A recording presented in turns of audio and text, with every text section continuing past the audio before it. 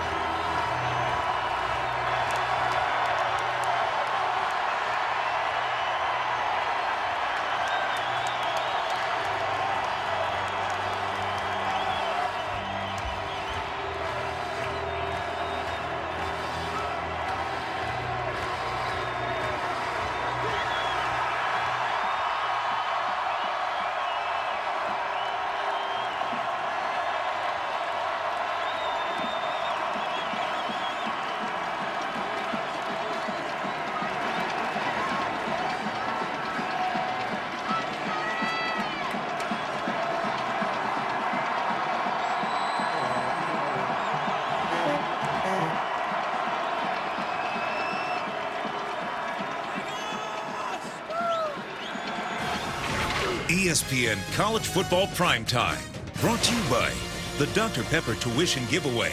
Learn more at drpepper.com. And Avis.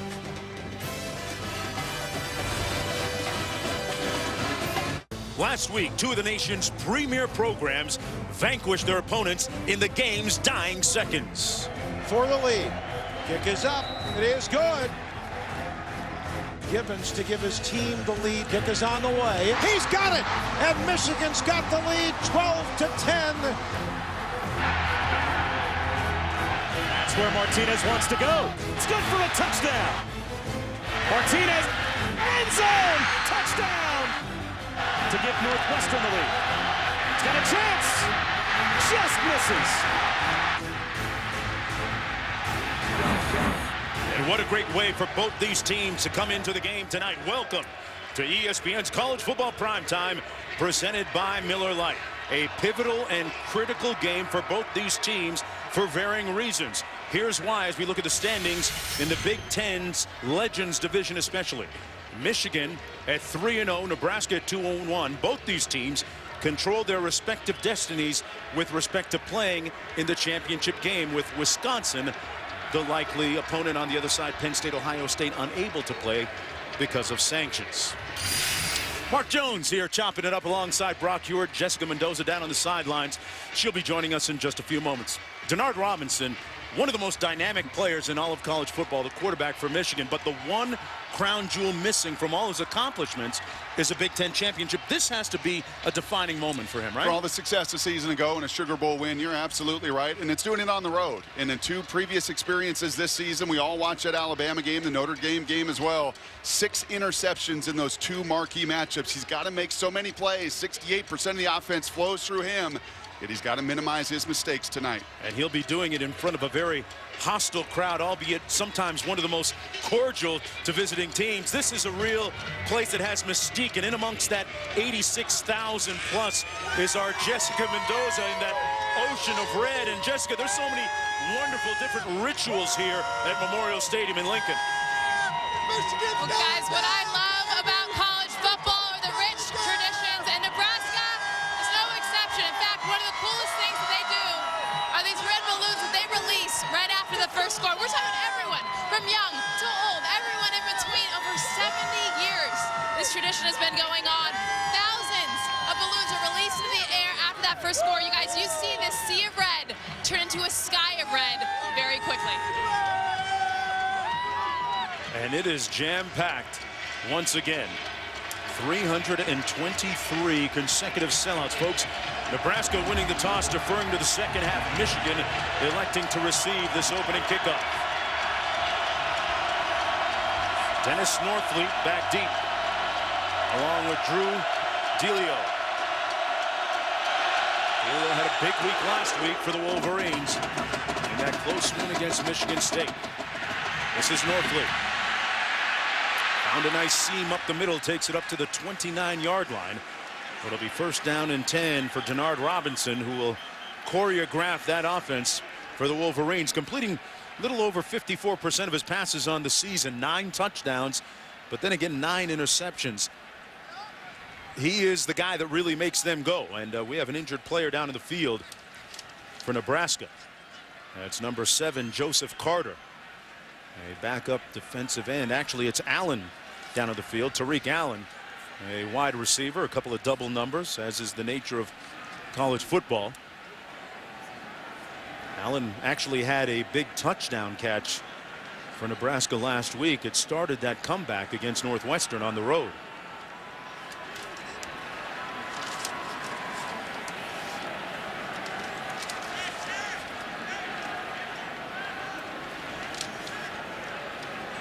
Let's take a look at how this happened as Bo Pelini, 5th-year head coach of the Cornhuskers, comes out to check on his player. And he's going to be coming down the near hash here. As you said, a wide receiver, big, fast, physical, and he just takes a shot, and unfortunately you see that right knee buckle. He's holding that right knee. We saw significant injuries. One of the worst I've seen, to be honest with you, with Marcus Latimer earlier this afternoon at South Carolina. And that did not look good for the young receiver that they need, who stepped up, as you said, with a clutch touchdown at Northwestern in that 4th quarter.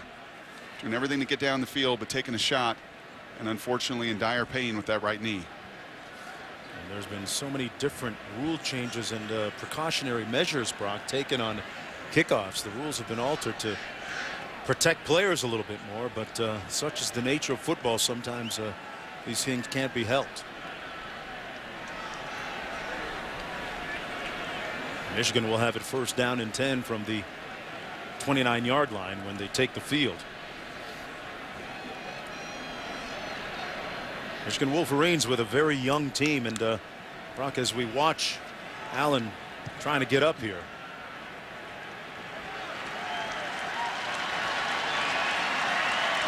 You know, we talked about the environment here, and for Brady Hoke, who brings 17 freshmen into this place, what's it like for him? What are some of the challenges? Which is the most important, you think? Sure. The nice thing, Mark, is that he has done it a couple times already, and he had to do it week 1 at Alabama, where he said some of his kids had never been on an airplane, let alone prepare themselves for that marquee matchup. They go to Notre Dame. So this scene, even though it's one of the coolest in college football and there's 87,000 in a sea of red, those 2 previous experiences should help many of their young players, and they've also got experience sprinkled in, and in particular number 16, who really has to set the tone for those youngsters tonight. An unfortunate injury there to Tariq Allen. Starting at quarterback for Michigan, number 16. He was really starting to come on for them. First down and 10 now for the Wolverines. Fitz Toussaint in the backfield beside Denard Robinson. They fake the reverse. And Robinson going to fall forward to about the 32-yard line, where Evans makes the stop. A gain of 3 on the play. So many unique challenges for this defense trying to defend that guy right there, number 16. Your eyes. That's what Will Compton, the senior linebacker, said to us over and over again yesterday. We've got to trust our keys, be assignment correct. You want a fast flow for all that quarterback run, but you got to be sound in your leverage and your technique.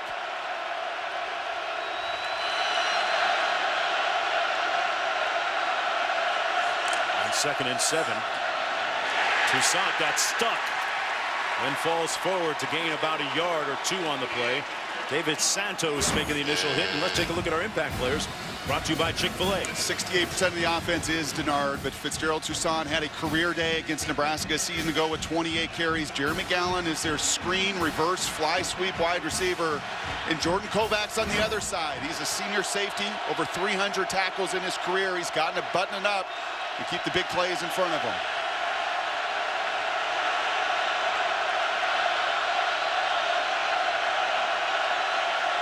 Robinson to pass. Overshoots his wide receiver. Jeremy Gallen was open. And it's 3 and out for the Wolverines on their opening series. Circle that matchup the rest of the night. Bo Pelini's going to put Keontae Evans, his best cover corner, his big nickelback, on Jeremy Gallen to try to make life difficult. Gallen is Denard Robinson's security blanket. In a game of matchups, in a game of one-on-one battles, credit Nebraska getting off the field on that 3rd down and winning. Agra punting from his own 22. Amir Abdullah calling for the fair catch back at his own 26-yard line. It'll be 1st down and 10 after the 40-yard punt. Taylor Martinez, quarterback for Nebraska, completing 67% of his passes on the season, 15 touchdowns versus just 4 interceptions, and set a goal for himself at the beginning of the year of hitting 70% on his completion rate. But we talk about that win last week, a bit of a defining moment for him. A 12-point deficit in the 4th quarter leads them down the field a couple times to score. And 2 big touchdown passes, and I'm not a huge believer in momentum week in to week in, but that's got to be a confidence builder. Amir Abdullah at tailback, and he gets the first call for Nebraska. Might have gotten a yard on the play. Here's a look at the numbers from last week's very impressive 4th quarter against Northwestern for Taylor Martinez. One of those touchdown passes going to Allen, who we saw taken off a few moments ago. Ben Cotton caught the game winner. 2nd down and 9.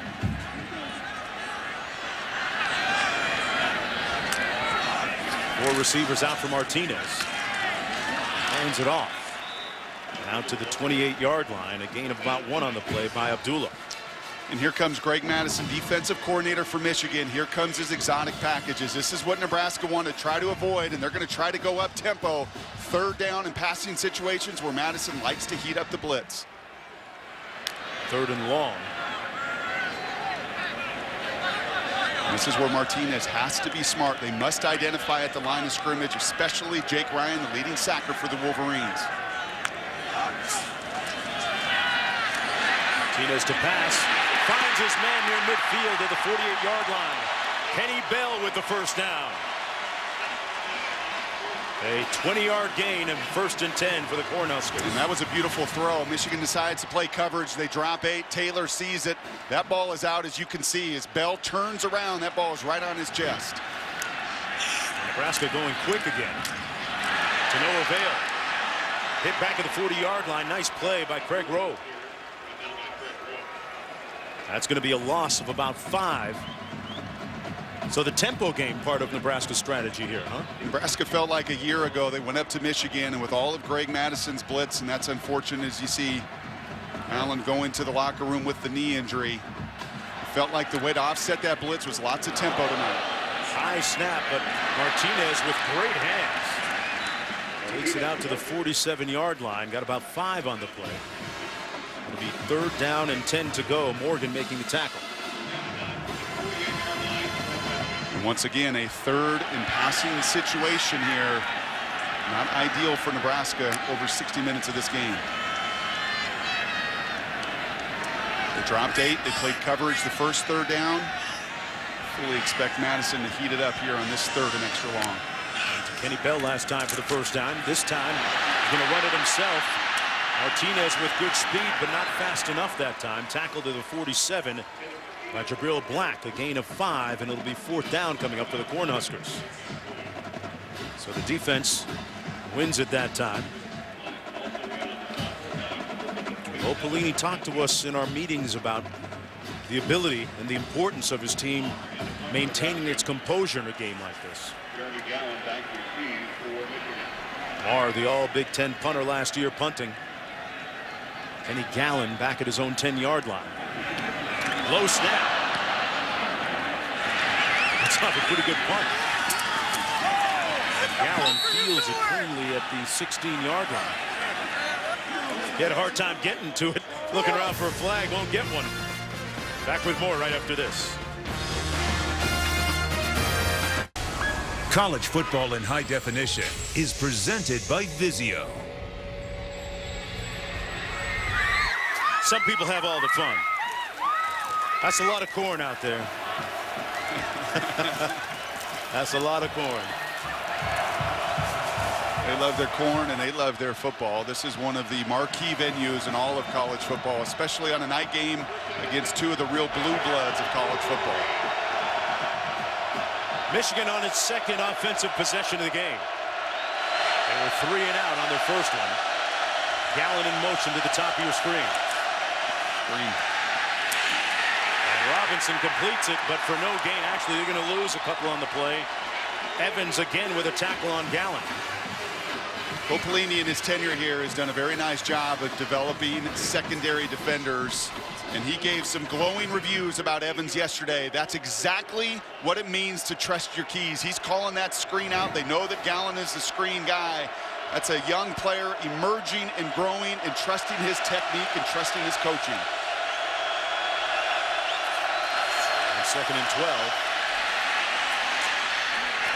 Strong run by Toussaint. Sets up about a 3rd and 4. Of course, Nebraska trying to atone for a 45-17 loss last year at the hands of Denard Robinson and Fitz Toussaint, who had some very productive days against them, respectively. What those two numbers should show you, and I mean the rush numbers, over 50 carries between the two. Al Borges, the coordinator for Michigan, will be patient, he'll be methodical, and he'd love nothing more than those two to carry it 50 times tonight. 3rd and 3. And this is where Robinson can make plays out of nothing, and he gets the first down for Michigan. His next passing touchdown, folks, he'll become the first player in Big Ten history with 50 touchdowns passing and 40 rushing. And he's got the whole spectrum of productivity covered. Picks up 6. And you look at that size right there amongst some Goliaths in his huddle. His right tackle 6'7", his left tackle 6'8". But that's what he does best, his creativity and acceleration to move the chains.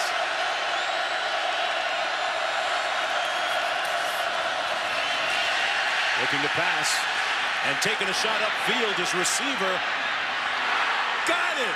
What a catch! Roy Roundtree laying out, getting in behind Andrew Green. And what a throw by Robinson.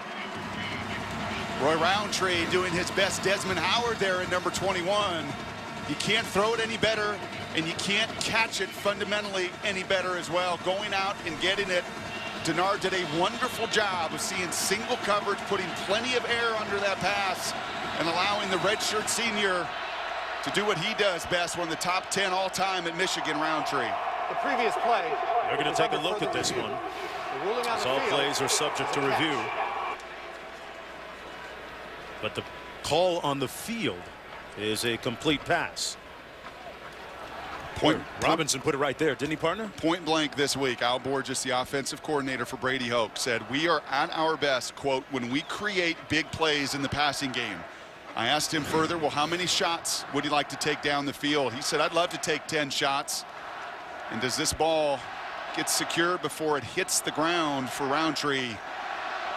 And if this one is, and this call stands, that's one of those shots that Al Borges is smiling up here in the press box, knowing what it will set up over the next 55 minutes of this game. He's looking rather inconclusive, and if that's the case, call on the field might stand.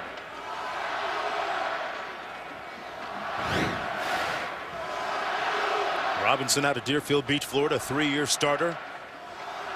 Becoming a little bit more vocal, a leader this year, and really embracing the leadership role. And this now is 2nd year under Brady Hoke as the head coach. And part of the reason Borges said what he did about their offense was the 2 times they really have stalled out this year.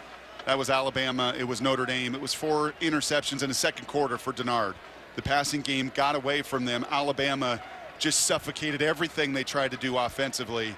And Brady knows if you add that element, you keep those safeties honest, you put some fear and threat into a defensive coordinator, they play stagnant, well, then that explosiveness of Denard really gets going.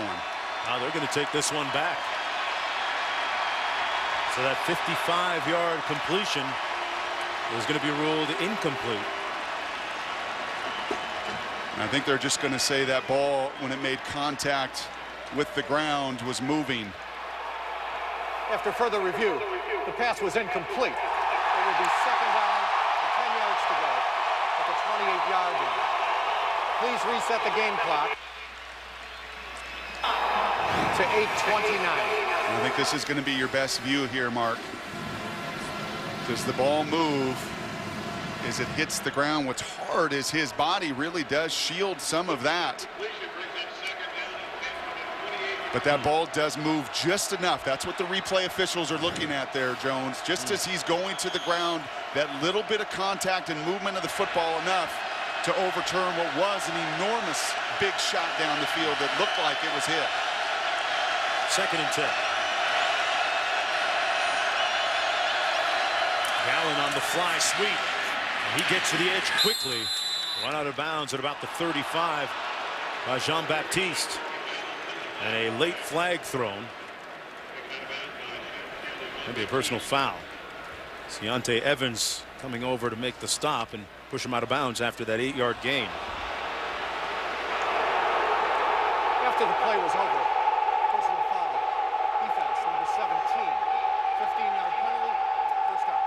Well, just as we were lauding his great play this year as one of the pleasant surprises on defense, Evans with a two-handed push, enough to warrant the flag. When you're 3 yards in the white, that's going to draw the flag.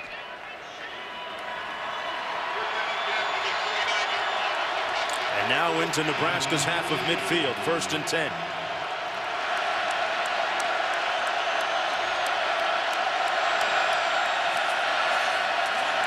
Robinson has a couple blockers in front of him. Had a couple guys out there, in fact. Ricky Barnum leading the way, and a nice gain for the Wolverines. Pickup of 7 on the play by Robinson. One of the reasons he's been so productive, over 4,000 yards rushing, 6,000 passing, the all-time leader in total offense there in Michigan. To me, what jumps out is his acceleration, his ability to get from 0 to 60 in such a small, confined space. You give him any crease in any angle, and he's going to consume some yards.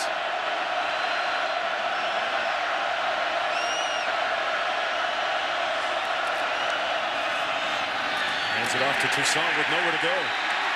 Steinkühler there to make the stop initially. Only got a little bit of help. That's going to be a loss on the play of about 1. Let's talk about Denard Robinson now in his 2nd year in this new offensive system. Al Borges, what's it like to have to transition like that? How tough is it on him? I think the advantage for Denard is he has a coach in Brady Hoke that's a defensive guy, and Al Borges that's been around and been in so many places. And the two of those, man, Hoke and Borges do a great job of playing to his strengths. That's what jumps out to me. They're not asking him to do things he can't do, and because of that, he has flourished with his productivity.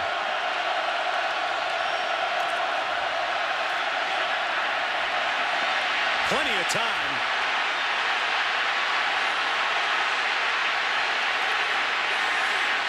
Lunging forward and getting enough for the first down. Boy, that was a monument to patience for Denard Robinson. And he picks up 5, and they win on 3rd down. What did Bo Pelini tell us yesterday? If you pressure Denard, it's feast or famine. And I think you see there, at least in this first quarter, he's going to try to keep Denard in front of him. He's going to try to use those 4 guys instead of just to get upfield and attack to really keep their lanes. Pick your poison with Denard. You give him that kind of time. Ultimately, he's too athletic. He's going to move the chains. 1st and 10 from the 38. They'll try to run it again. Vincent Smith, the senior with nowhere to go. Will Compton, the steady influence at middle linebacker, making the stop on the play. We had a great visit with him yesterday from Bonne Terre, Missouri. Remembers all the self-inflicted wounds. There he is, number 51, that they had last year, and they felt giving that game away to Michigan.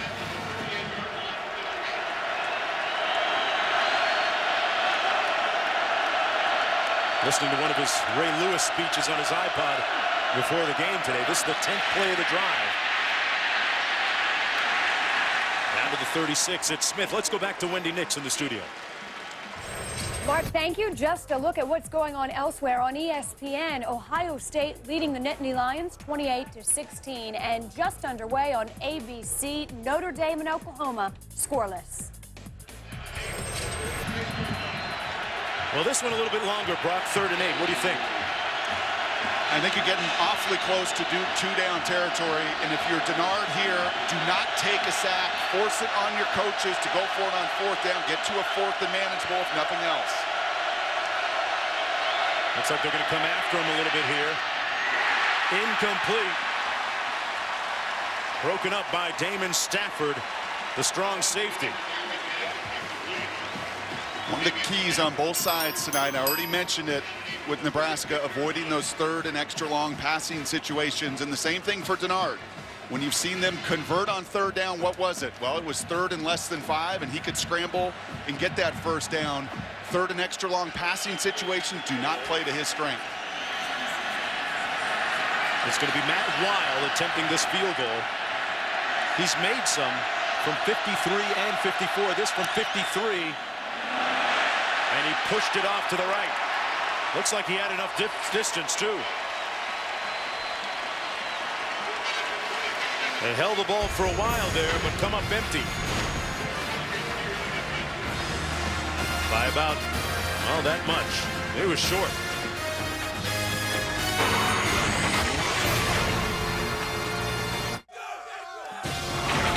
ESPN College Football Primetime is presented by Miller Lite. Because when friends come together, it's not just a good time, it's Miller time. And in part by the Volkswagen Passat. That's the power of German engineering. Well, zeros on the scoreboard between number 22 Michigan and Nebraska in the first quarter as we continue Dr. Pepper's road to the conference championships. The winner of this game will be in the driver's seat, controlling its own destiny in the Legends division of the Big Ten. Michigan at 3-0, Nebraska 2-1. Taylor Martinez on 1st and 10. Abdullah made a nice move out in the flat and picked up about 8 yards before J.T. Floyd pushed him out of bounds. You're asking about Denard Robinson and learning a new system. This is also year 2 for Taylor with Tim Beck as his offensive coordinator. And what you notice already, it was a third down pass where he anticipated on that corner. And a nice job of getting off his primary and finding his check down, Abdullah. Abdullah on the run, nowhere to go, stopped up right around the line of scrimmage. It'll be third down and short coming up for Nebraska. Those are the situations. You get a nice completion on first down where you sure love to have Rex Burkhead, and they're not going to have him tonight. Been battling a knee injury all season long, 210-pound power back. I don't expect to see tonight. It's going to be a lot of Abdullah. He was injured in the first game of the season against Southern Miss. His next 2 games and re-injured last week. Martinez caught but out of bounds, incomplete. He tried to hit Kyler Reed, backup tight end out of Kansas City. And they'll have to punt. Fourth down coming up. Good pressure up front by Jake Ryan, who is going to be a key for Michigan today. We heard a lot about his talents from their coaches this week. If Michigan, with only 9 sacks on the season, 90th in college football, can get pressure with their front 4, it is going to make for a long evening for Martinez. Jeremy Callen back at his own 16-yard line. Now to punt, and he bounces it down and fumbles it. And when Michigan is going to be pinned at about the 2-yard line.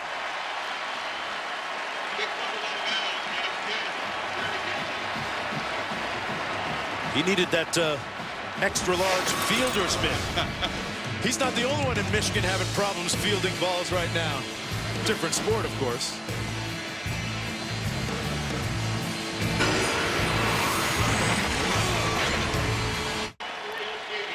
Welcome back, everyone, to Lincoln, Nebraska. Hey, it's Sunday NFL Countdown at 10 on ESPN. Chris Berman and the crew providing all the latest news updates from stadiums around the league right up to kickoff, then at 11 on ESPN2. These guys get the information you need to get your lineup set and give you an edge in your leagues with Fantasy Football Now. Nebraska had the ball for all of 66 seconds, Brock, before having to punt, and this defense now on the field again. A defense still without its black shirts.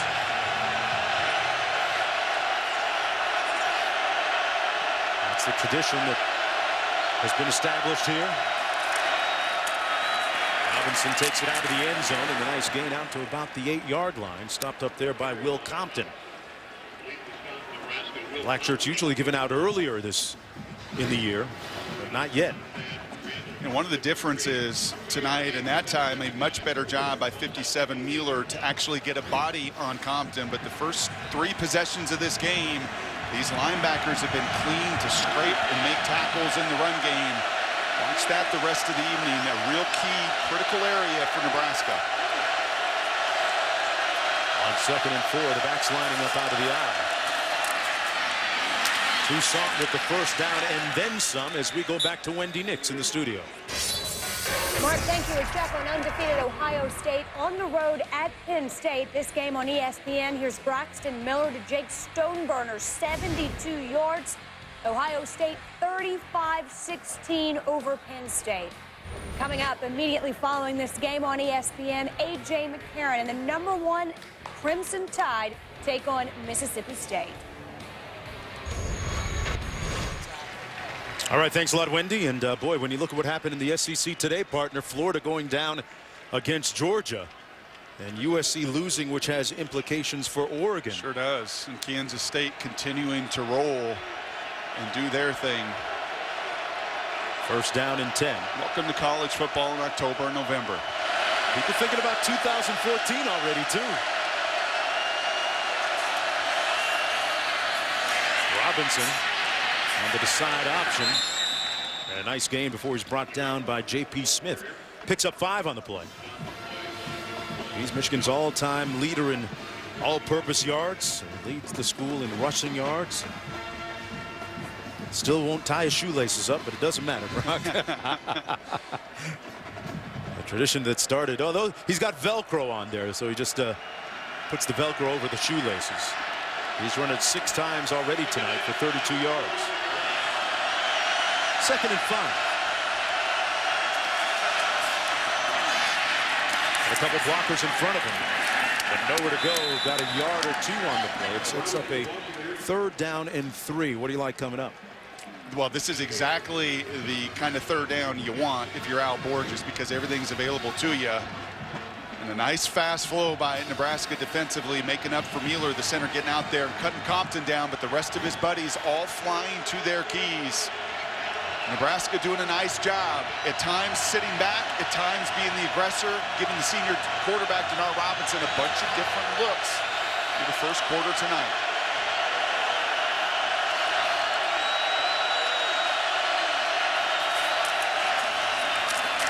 Toussaint short of the first down. He's going to lose a yard on the play. Sean Fisher there to make the stop. Well, what stands out dramatically in this first quarter, when Nebraska played Ohio State and got run off the field up in Columbus, their linebackers were not free to make tackles. A very different story tonight. Sean Fisher. We've seen David Santos. We've seen Will Compton. That's Bo Pelini's scheme. Use your big boys up front to hold up those offensive linemen, your linebackers to be secure and sound and tackling. This first quarter they have.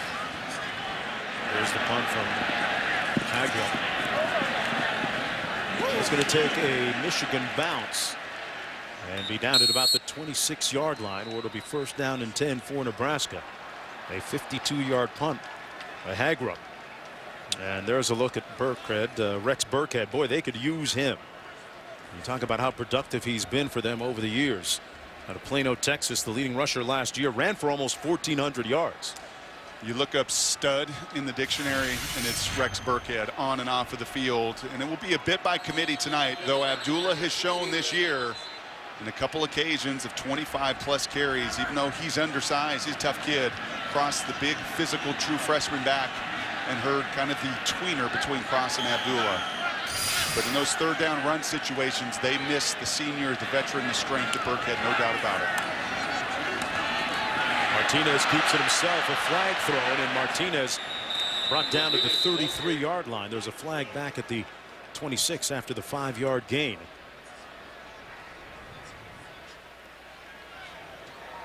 Personal foul. Chop block. Offense, number 72. Half the distance to the goal. 1st down. That's against Justin Jackson. That's going to be the center who came down while a defender was engaged and went below the waist. He's right in the middle there, your center. And that is close, but he was engaged when he went down below the waist. Going to draw the 15-yard penalty. Got to at least start high when your offensive guard comes off that block. Then you can cut him down, but you can't cut him down while he's engaged. That's going to be the end of the first quarter of play. Taylor Martinez will be looking at first and long when we come back for the second quarter.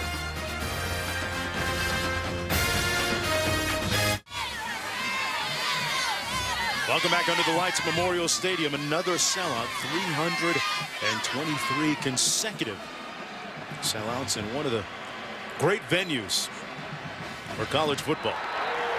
Zeros on the scoreboard as we get started here in the second quarter. Mark Jones along with Brock Hewitt and Jessica Mendoza down in the field, first and 24. Martinez complete. And out to the 28-yard line, it's Ben Cotton, who had the game-winning touchdown catch last week against Northwestern. Gets 15. And what do you see on third down? Immediately tempo, trying to keep the lack of substitutions for Michigan. Martinez completes another one. And a first down beyond the 40-yard line. That was number 10, Jamal Turner. Running north-south, and that's been one of his big improvements this year. A 12-yard gain. And I like how Taylor's handling his business. He's playing fast, but not in a hurry or a panic. Exactly what you want when you go up tempo. Martinez, another completion, this one at the 46-yard line. 6-yard gain to Quincy Enunwa. Enunwa, the team's second leading receiver.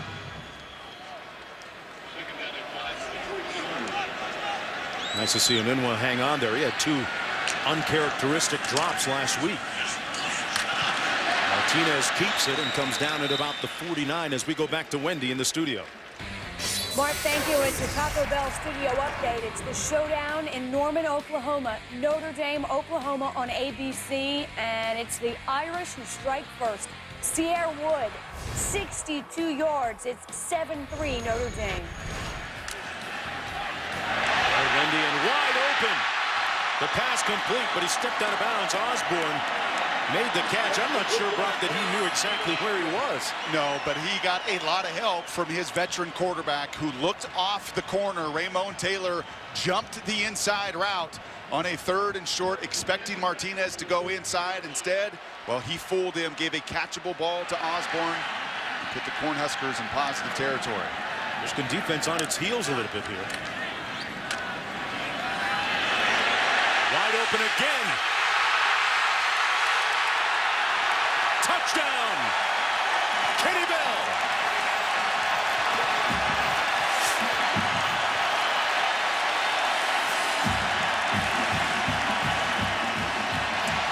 There go your balloons in a sky of red in Lincoln. Such is the ritual here. They let him loose. That's called teaching tape. That drive by Martinez. Anticipation, accuracy, looking corners off, touch on the wheel route. Can't do it better than Martinez did on that drive. Rock, the tempo really seemed to give Michigan's defense some issues. As Nebraska takes a 7-0 lead. Release the red balloons. It's time to play a little football here in Lincoln. Kenny Bell ringing one up for the Big Red Nation.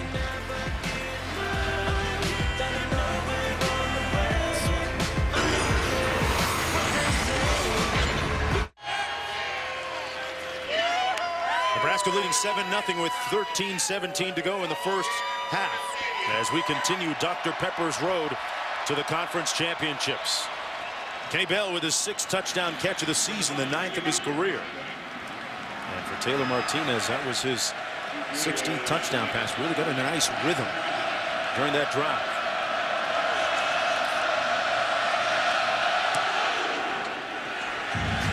Fleet back deep. He'll get it at the 5. Brought down at the 21. Tell us, what was the key in this touchdown play? You call those NBA games. You know exactly what it is. Watch Tim Marlowe, the slot receiver. You can't pick much better than this. And I'll tell you the savvy move he makes. Watch him flip his hips at the last second right there, and he shows his eyes back to the quarterback. It keeps that yellow flag in the referee's pocket and allowed his buddy Kenny Bell to run free. It's good execution. On offense, you call that a rub route. Yeah. Defensively, they call that a pick route. Yeah, pick's a 4-letter word. 1st and 10. Robinson on the fly sweep to Gallen. And Gallen got about 6. And if 2nd down and 4, Smith making the tackle on the play. One thing about Jeremy Gallen, he'll give you some good yards after the catch. He's one of the primary weapons for them, their leading wide receiver coming into the game tonight out of Apopka, Florida. So he and Robinson had got that Florida connection thing going. Yard from Deerfield Beach, Florida.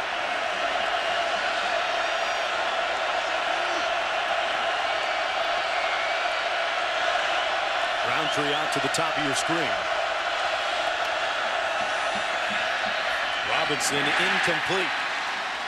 Intended for Jeremy Jackson. Well, with one of the best recruiting classes in the nation, John Calipari's Wildcats are reloaded to defend their national title. Don't miss our exclusive multi-part series coverage of one of the top basketball programs in the country. All Access, Kentucky, Wednesdays at 7 on ESPN.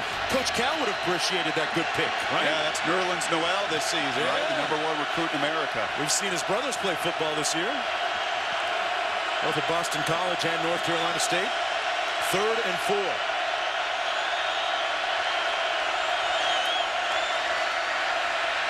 Robinson with time and got it in the window complete.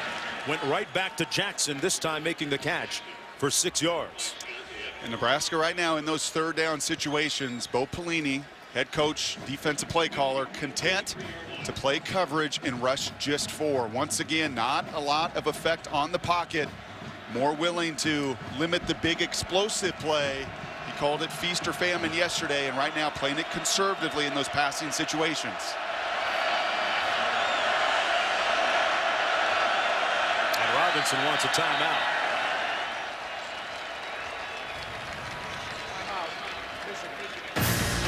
Back with more on the other side. ESPN College Football Primetime, brought to you by AutoZone. For the auto parts, accessories, and advice you need, get in the zone. AutoZone. And KFC. Come in today and taste why fresh is better. There's our guy making his way through the corn maze. About a half-hour drive from here. Yeah, he makes it. That place gets about 250,000 visitors a year during a 6-week period. That was an awesome shot. I'd like to put some people in there and get them lost. One of the great local attractions in the Lincoln area. 1st and 10 for Michigan. Working from their own 33. Robinson keeps it. And stopped up. At about the 37, got 4 on the play. It'll be 2nd down and 6. Tackling in space is so critical when you're playing Denard Robinson, and Ohio State scored 63 on Nebraska, and P.J. Smith, number 13 there, had a difficult evening in Columbus. Braxton Miller ran wild, 186 yards. The tackling has been so much more secure here tonight at home.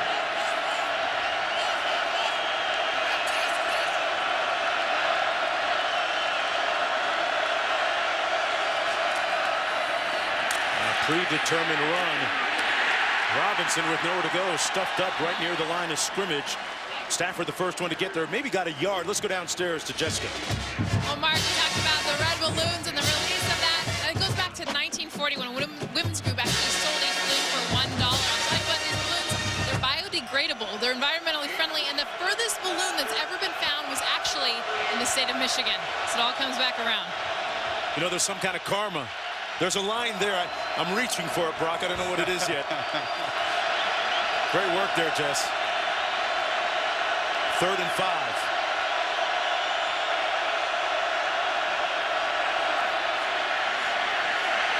Robinson's had a lot of time tonight, and his receiver makes the catch. Jackson again, his third one tonight. Working against David Santos.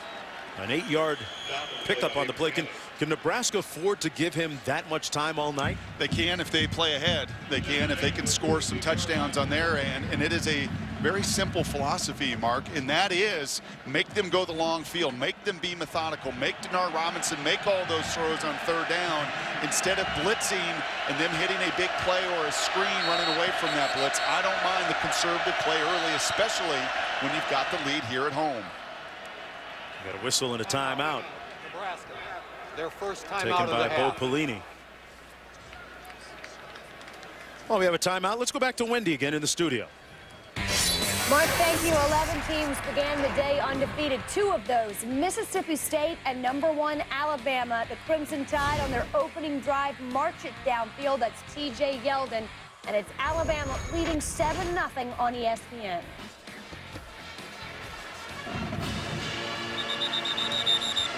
All right, Wendy back here with a little over 10 minutes to go. Brady Hoke and his staff telling us in our meetings a little bit earlier this week with respect to the poise, the much needed poise of Denard Robinson under a game like this in the bright lights.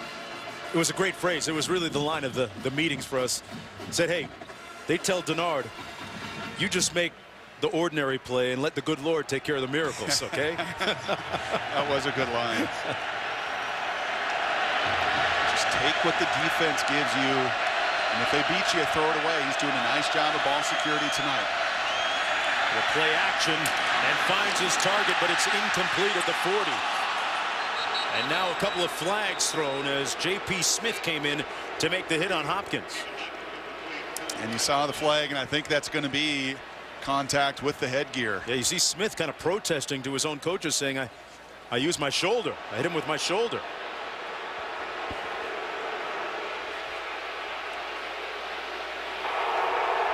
Personal foul, targeting the head area. Defense, number 13. 15-yard penalty, first down. And that call, Mark, is not whether he hits him with his shoulder or his head, that he targets the head of that receiver. I think that's a pretty fair call. Now, it's difficult because that receiver is falling down. That's a so moving exactly target. what is your strike zone? Hey, I understand that is difficult, but by rule, he is coming in and he is going to the head of that receiver, and that will draw the penalty. Defensive guys at home, I'm sure, screaming right now because how quick that happens and split second that happens. But that's by the book.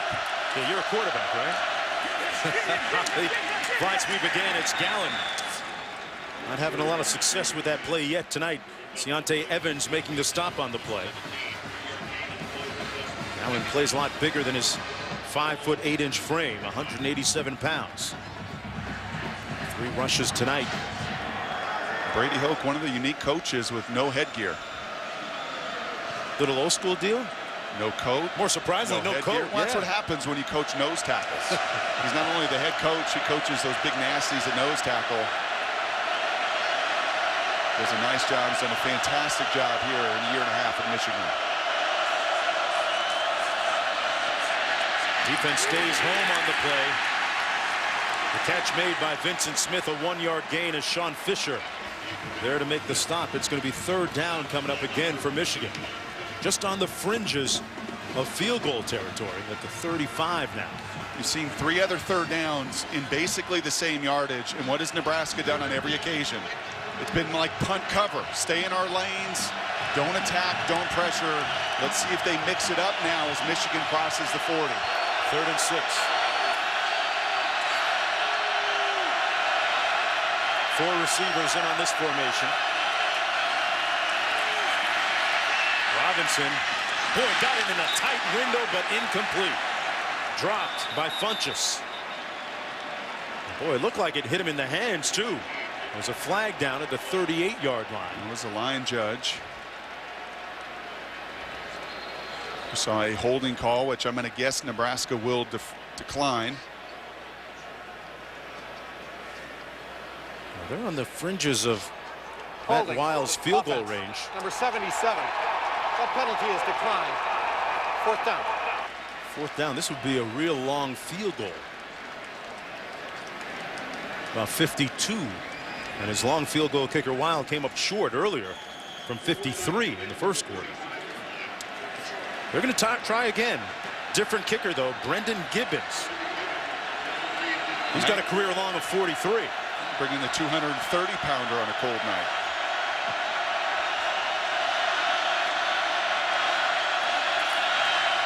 From 52. Got it. Nailed it. Brendan Gibbons puts Michigan on the board, a career-long field goal. The helium in the air. The helium. ESPN and ESPNU, and let's take a look at this week's BCS standings, brought to you by Vizio. Well, that was a key loss. That was a key loss, and I'll tell you what, that loss by USC, not just key for them. I didn't think and don't think they would have had a chance to get back to #1.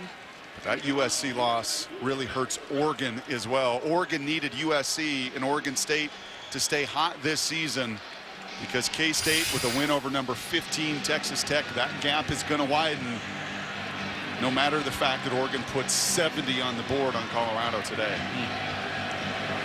I see that coming in the first half.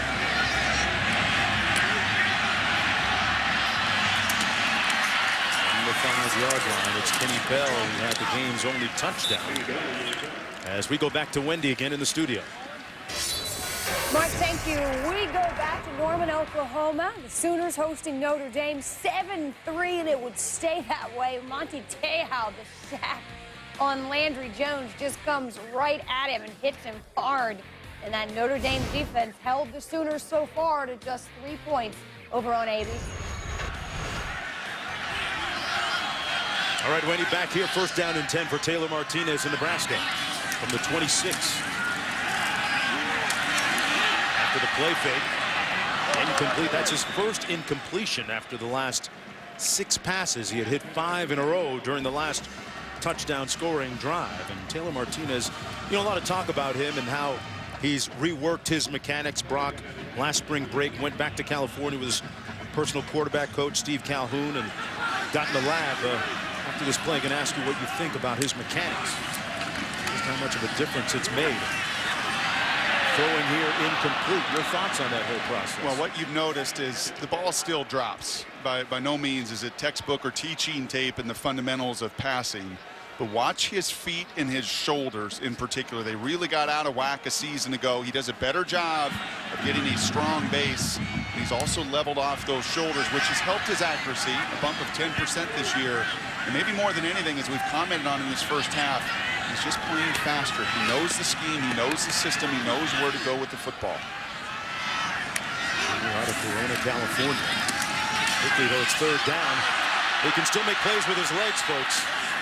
Runs out of room and swamped at the 32-yard line. Got about 7 on the play.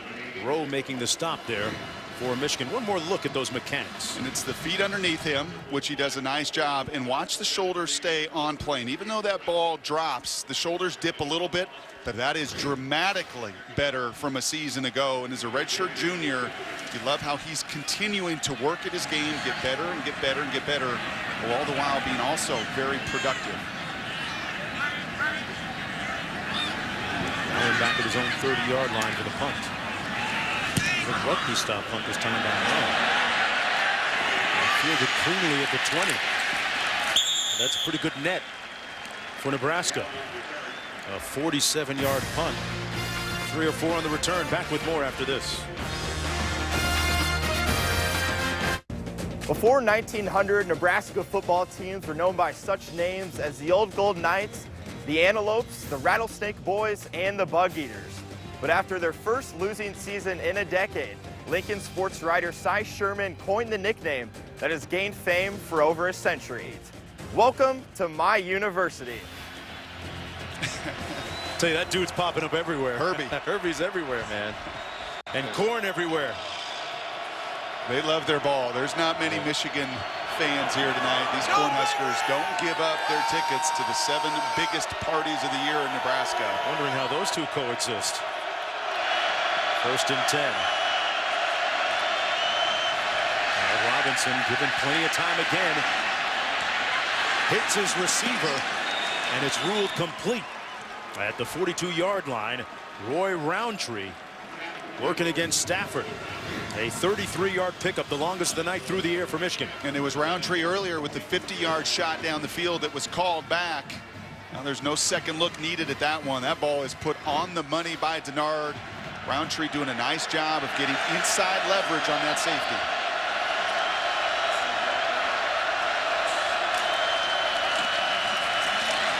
Toussaint on the run. Brought down at about the 40. Steinkühler making the stop. Why you like that call from the veteran play caller Borges. What that should do to those safeties who have been so active in the run game is just keep them honest a little bit more. Keep them away from the line of scrimmage. Hopefully create a few more lanes for Toussaint and Robinson. Just 3.1 yards per play average before that shot down the field. Well, we've seen Michigan take a couple of one deep shot, one mid-range shot so far. Robinson back to pass again. They set up the screen and well executed. Down to the 29-yard line, another first down and a good run by Vincent Smith. Got a great block up front from Omami. A 10-yard gain. Smith not the easiest target to find there amidst the bodies. That's hat on hat. But more than willing at 5'6", $175 to put his pads down. First down and 10 for Michigan from Nebraska's 30. Something about those kids from Pahokee, Florida. Yeah.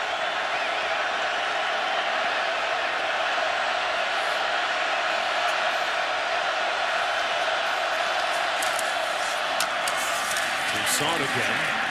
Got about 2 on the play. You know, last week, Al Borges in some corners, as is always the case. It's easy to play Monday morning quarterback, but was criticized a little bit for his quote-unquote conservative play calling, albeit they got the win, snapping that losing streak against Michigan State. You want to know why your defense is 10th in America? Because your offense possesses the ball, because you limit possessions. You have a defensive-minded head coach that knows if we play it conservatively, if we don't turn it over, we play the kind of defense they're capable of doing, they're going to be right in every single game in the final minutes.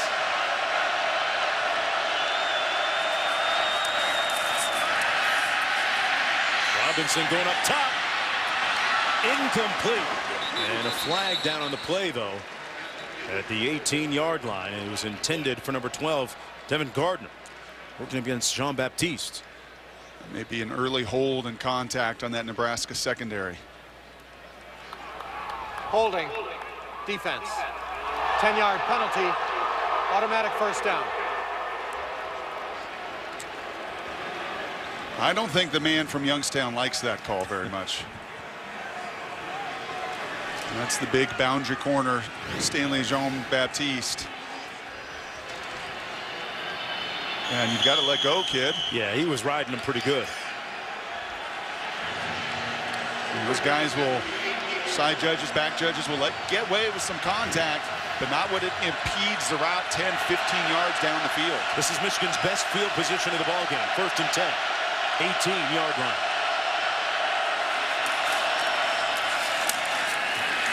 Toussaint again. Heavy resistance down to about the 15. Got 3 on the play. Second down and 7. Will Compton making the stop. There's a look at Compton. We had a nice visit with him yesterday, and I'd like to ask players what they listen to prior to game. He said he likes to listen to speeches of different players, one of them being Ray Lewis, who can get anybody fired up. Second and 7. Watch the play pass here.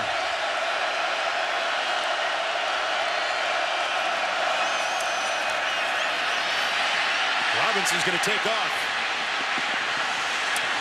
Made a nice cut up field and got down to about the 7-yard line, and that's going to be right on that first down marker, and he's grabbing his right hand, which is his throwing hand.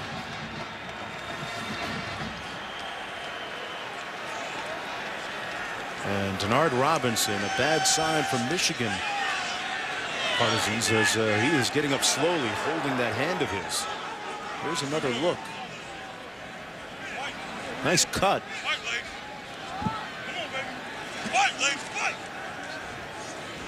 Huh. Now, I'm not having 300-pound guys fall on top of me, but it looked rather harmless there. Yeah, he is in some pain, but you're absolutely right. On a cold night, the field is in good shape. Was down there pregame. That was not as vicious a hit as he's taken this season or through his 4 years of contact. Here's a look at Robinson. Russell Bellamy is the backup quarterback. And there's the nose tackle coach, who also acts as the head coach, Brady Hoke. I loved defensive coordinator Greg Madison. I was asking him about his personnel and his defensive line. He said, well, I can't comment on the nose tackles. That's Brady Hoke's job. He said he just can't stand not coaching kids. So Greg Madison, the D coordinator, said, okay, Brady, I'll give you a group. Go ahead and coach the nose tackles. Not many head coaches who also own a nose tackle room. In fact, I don't think there's another in college football that has that dual duty. I'm going to guess, and you hate to speculate, but we are staying at a Holiday Inn. I'm going to guess that Denard comes back in this game. I think he just may have landed a bit awkwardly. Well, he's still a guy who can make plays with his feet.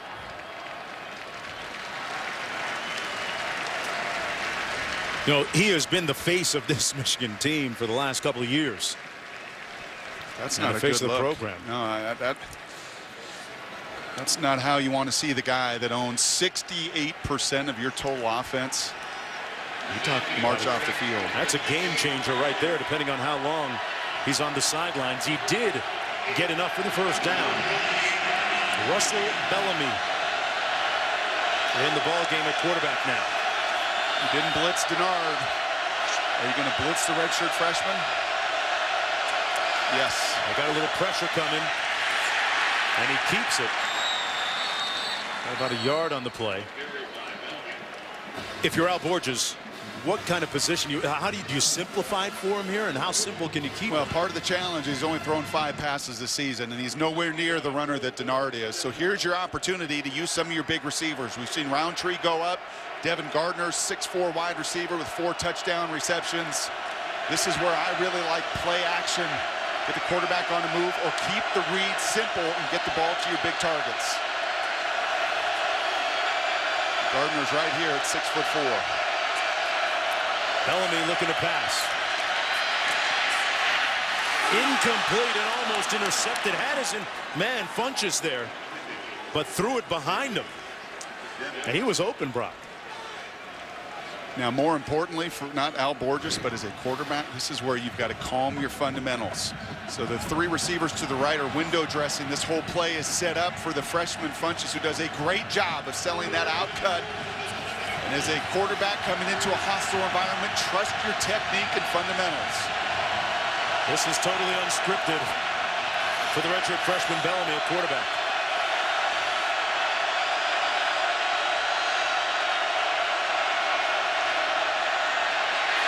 Blitz coming and incomplete.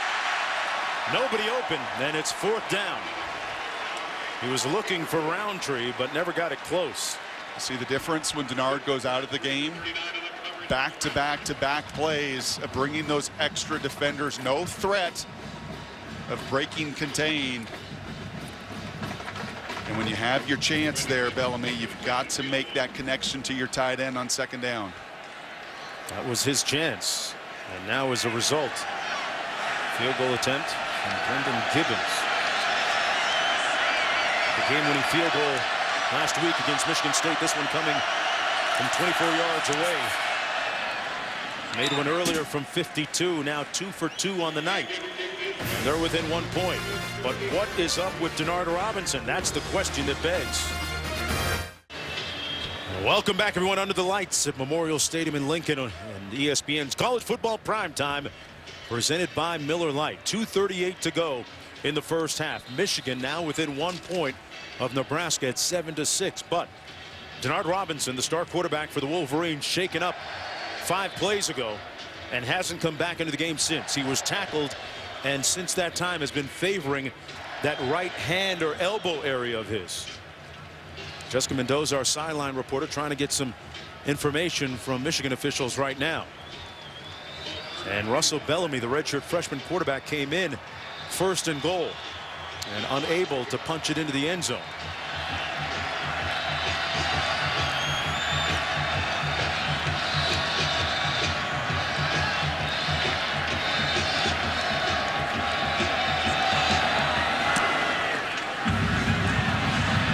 Miles' kick about 5 yards deep.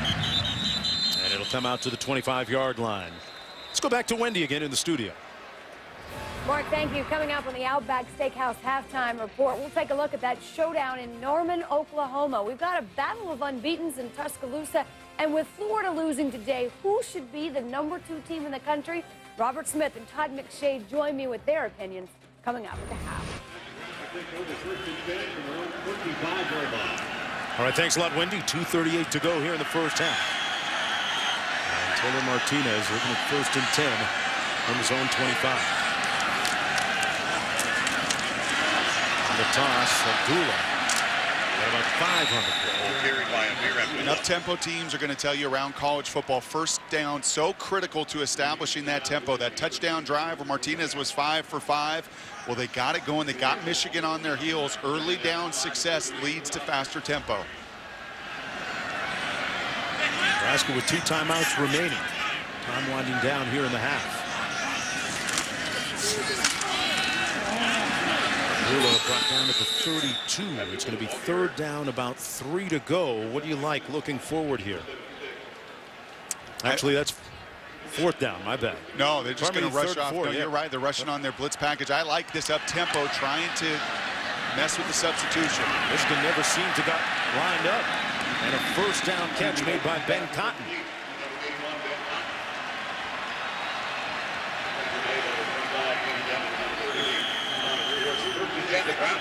From the 36. Exactly right. Michigan got stuck on that 3rd down, trying to get that sub blitz package in the game. Abdullah to the wide side of the field, sprung loose, and a 1st down out to midfield. Tackled by Taylor, a 13-yard gain though.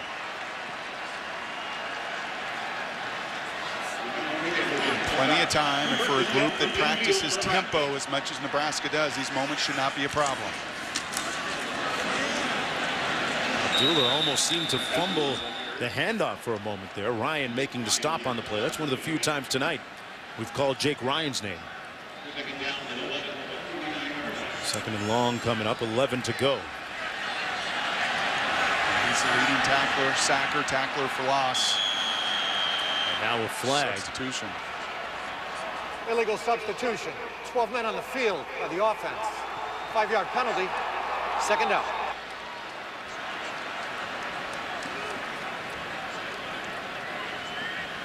Those Youngstown guys, man, they let their feelings be known. The Stoops brothers, when they get upset, and Bo Pelini, they let it hang out. Nebraska 5 penalties for a total of almost 60 yards in the game. Martinez going to take off and brought down. He fumbled it. And Michigan says they have it. And they do. And Martinez is limping. Recovered by Keith Heitzman. Desmond Morgan made the hit of Martinez, and he's telling the athletic trainer, come look at my leg. And I think he's also trying to say that he was down before this ball comes out. QB draw. So he might have been. Did that knee touch?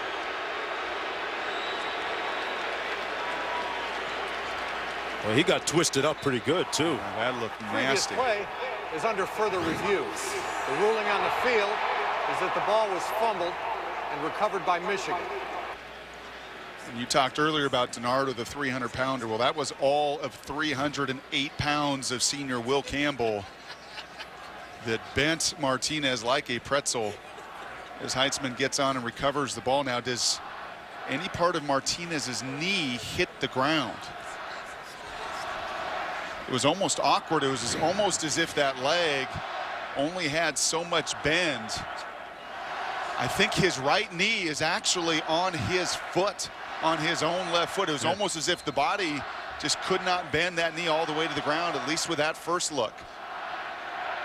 And that time completely blocked by the big body of the 308-pounder. Martinez clutching the back of his leg right there after the hit. Now we've had both starting quarterbacks, really the keys to their respective offenses, shaken up in this game. And that's a challenge with running quarterbacks. That's why you don't see more of these kind of varieties at the NFL level. You just can't take the physical punishment, or you try to limit it as much as you possibly can. Under a minute to go here in the first half. Mark Jones along with Brock Heward and After Jessica further Mendoza. review, the play stands as called. That's right. First down. I think that's the right call. I think his right knee, though you would think would bend all the way back to the ground, actually lands on the top of his left foot. And because of that, because it never hit the ground, the ball comes out. And now let's see if Michigan can capitalize on an enormous takeaway here in the final minute. That's the first turnover tonight. And Denard remains out. Russell Bellamy, the redshirt freshman quarterback for the Michigan Wolverines. This is his second series. Denard Robinson shaken up. That pass incomplete, not even close. Intended for Roundtree, broken up nicely by Jean-Baptiste. And we saw in the last series, it was open season on blitz. Very different mindset when you're facing a redshirt freshman who's had one completion coming into this game. The former Elite 11 quarterback, the number 35 rated quarterback by ESPNU 2 years ago. Well, he's in for the biggest moment yet of his Wolverine career. Is Brady Hoke thinking, let's just get into the locker room at halftime? I don't think you can. I think you have to take advantage and capitalize on the takeaway, especially when you're kicking off to begin the second half. I got a couple of timeouts remaining. Bellamy wide open and missing badly again, this time to Funchess. How do you settle him down? Because that obviously seemed to be like he was a little too amped. Well, Al Borges has been around the block a few different times with a number of different quarterbacks. And Mark, that's textbook. That's a slant route and a flat route. Those are not difficult throws. That's not a skinny post or a comeback or a deep out. Those are two of the higher percentage throws that you can ask of your redshirt freshman quarterback. That second one, not even close. They don't need much to get into field goal range. 3rd and 10. And here comes the blitz. And there goes Bellamy. Swarmed, swamped, surrendering. Eric Martin, the first guy to get there. And Nebraska's going to let the clock run here. I think if they were not getting the ball to begin the second half, they would have called that timeout. That's Nebraska's 23rd sack of the season. And it looks like the clock's just going to wind down harmlessly here to end the first half, but moving forward, Brady Hoke, the second-year head coach, thinking who's going to be taking snaps and what to do next. Al Borges, the offensive coordinator. Will Denard Robinson return? Still that elbow holding that arm. It's dragging. 7-6 at the half. Let's go downstairs to Jessica. Coach, how do you feel the youth of your team has handled them in the first half? Well, you know, I think we're playing okay. I don't think we're playing great. I think on defense we gave up on the scoring drive, too many big plays, and communication has to be better there. And you know, everybody's got a job to do. They have to do their job. What's the status of Denard Robinson for the second half? He'll be all right. It happens once in a while. What do you need to see from Bellamy in the second half if Denard doesn't come Russell, you know, we have a lot of faith in him. He's a good quarterback. All right, thanks a lot. Thanks. 7-6 at the break. Right now, we're going to go back to our Outback halftime report. Wendy, it's not easy being a QB these days.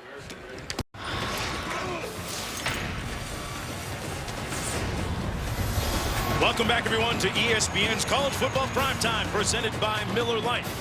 From Memorial Stadium in Lincoln, Nebraska, a pivotal game in the Big Ten between Michigan and Nebraska. The Cornhuskers with a 1-point lead as we begin the third quarter in a minute here. But the guy you see covered up is their starting quarterback and the school's all-time all-purpose yardage leader, Denard Robinson. He is injured. We're not sure yet whether he'll be able to go here in the second half. Mark Jones chopping it up with Brock Heward. Jessica Mendoza down on the sideline. She'll be joining us in just a few moments. Looking forward now for Michigan, that's the big question.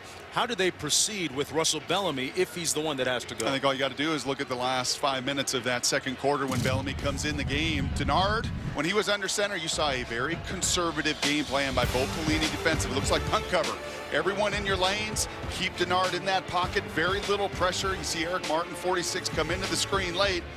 But when the redshirt freshman with his first significant action comes in the game, you heat it up, you sack, you pressure, you overload, you start to show him things because you're not fearful of his ability to escape and hurt you with his legs. It's funny, you look at Robinson there on the sidelines as Michigan's kicks off here to start off the second half. During his entire 2 years as the team's full-time starter, he's never missed an entire game. That really underscores his durability during that period of time. Although he has missed a few series to different ailments. On the return, this is Turner. And a nice return out beyond the 30 to the 32-yard line. Time for tonight's Game Track, brought to you by Residence Inn. Taylor Martinez very efficient on the touchdown drive, 5 of 5, 8-11 overall in that first half. Just one fumble before half that his defense rose up and took care of business. And then Denard Robinson, very conservative first half by Al Borges. Play this game to get it to the second half, but unfortunately, that hit there by Baker Steinkuhler on the elbow, the arm, the wrist of Denard Robinson knocked him out of the second quarter. By all accounts, coming out of halftime does not, to me, look like a guy that's warming up, ready to play. Abdullah picking up 4 on first down. Joking with one of the sideline guys there for Michigan. And look is happy. 2nd down and 7 coming up. Martinez off the high snap, chased down and pushed out of bounds. That's going to be a loss on the play, but negated probably by a personal foul, late hit.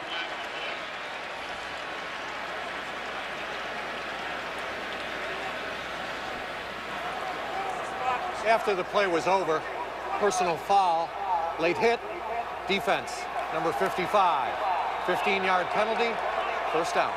And you can read the lips there of Brady Hoke. He said Martinez was wrapped up while he was going out of bounds, wrapped up in the field of play. Wow. Wow. Wow. I'm not sure I see that. That is a little light. And you're a quarterback. Yes. That's called a love bomb. Martinez lunging forward. They're going to rule it down by contact. No fumble on the play. Stopped by Morgan. Got 5. Quick tempo by Nebraska has given Michigan problems at times. Here's one more look. Ball coming loose when he was down. 2nd and 5.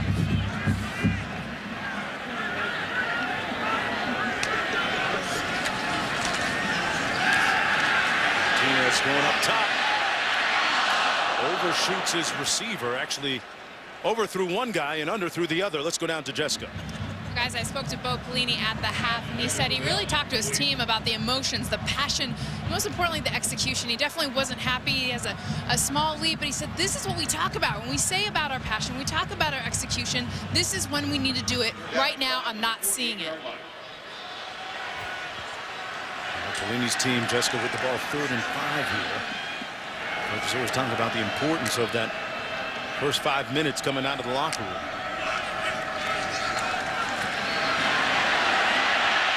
Martinez, oh, great play, batted down and intercepted by the Wolverines.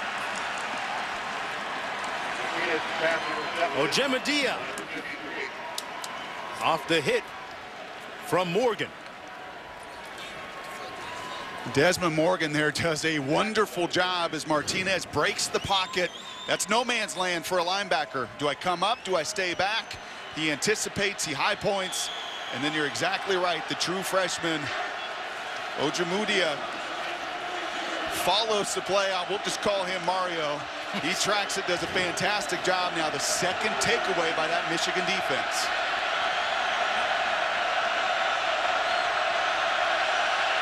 And the redshirt freshman is indeed under center to begin the second half.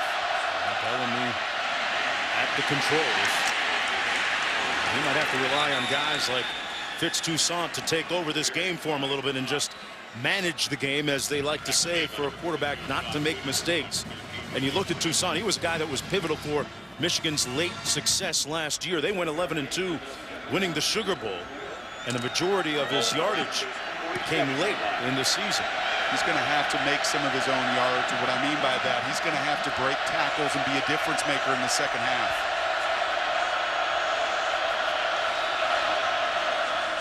Off the play fake. Boy, he's not getting any help from his receivers now. Jeremy Gallen had that one hit him square in the hands and dropped it. 3rd and 3 coming up.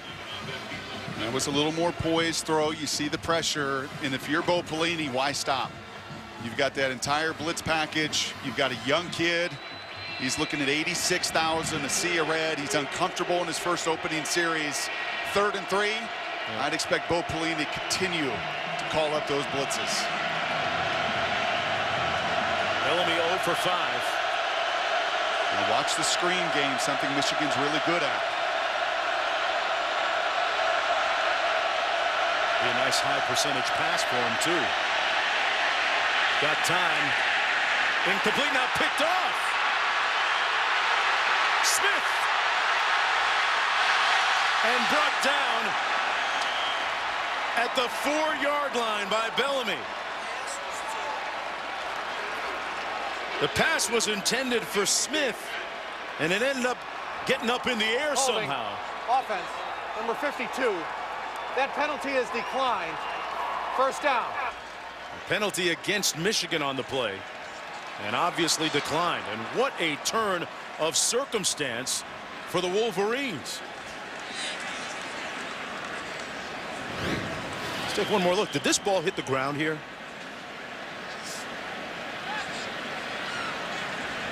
Wow.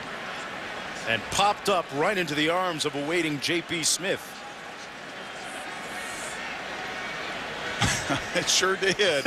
Look what I found. That's room service.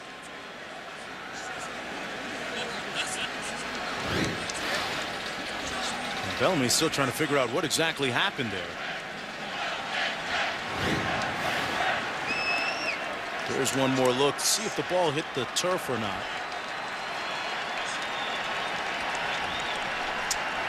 Is that an incompletion? I don't think so, Mark. I think through the act of that reception, that ball gets kicked up in the air. That came shooting out of there.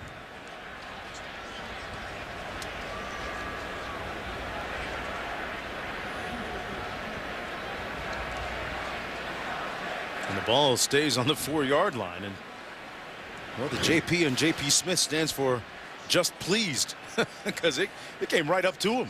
And for the redshirt freshman there, he is trying to get to his check down. He's seen pressure after pressure after pressure, buying time, trying to find his outlet. The senior Smith, small target to begin with, doesn't secure the reception. At least he hustles. He doesn't quit. He hustles downfield. And now let's see if Michigan's defense can rise up with their superstar quarterback on the bench in Nebraska with favorable field position. 1st and goal.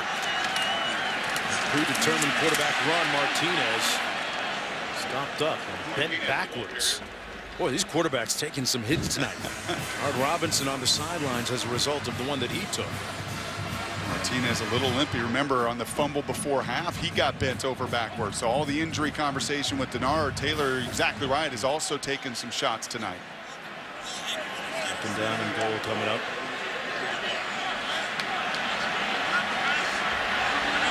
Backs lining up out of the eye.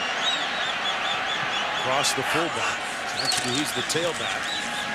It's into the end zone and incomplete. Martinez couldn't find Mike Merrill. And he is limping significantly. That ankle affecting those fundamentals. We talked about the footwork and everything that Taylor has worked on. That was gimpy, to say the least, not putting any pressure on that left ankle that got tweaked before half and tweaked on that quarterback draw here to begin the 3rd quarter. 3rd down and 8. 3rd and goal. This is where you also would love your big back Burkhead. Timeout. Michigan. And Martinez has to Their think first about time out of the if he's hurting his team, if he's not able to really go 100% here. 7-6 with just under 12 minutes to go here in the third quarter as we continue Dr. Pepper's road to the conference championships. The 8th edition of Nebraska versus Michigan. Taylor Martinez still in the ball game. As mobile as he'd like to be there.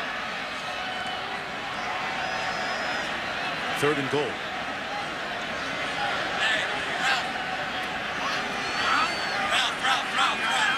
Play clock at 8 now. Into the end zone. Incomplete. Way behind his intended receiver, Jamal Turner.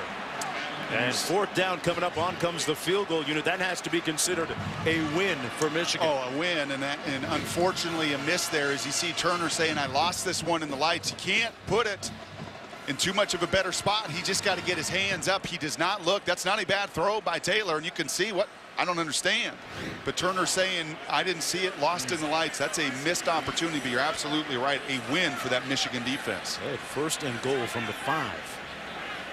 After the interception return, Marr from 19 yards out. And he knocks it through. Nebraska leading by 4 with 11:48 to go. It was all set up by that freakish-looking interception. The pass intended for Smith. And J.P. Smith took it all the way down to the 5-yard line, which led to the field goal.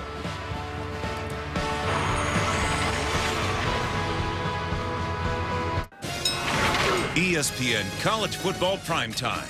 Brought to you by the Buick Verano. Unexpected luxury in a car this size. And Dr. Pepper. Dr. Pepper, always one of a kind.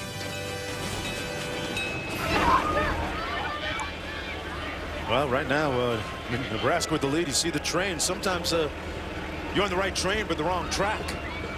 That's what Michigan's looking at right now. And the quarterback on the sidelines, his counterpart, Taylor Martinez, getting taped up. That left ankle seeing some attention during the break.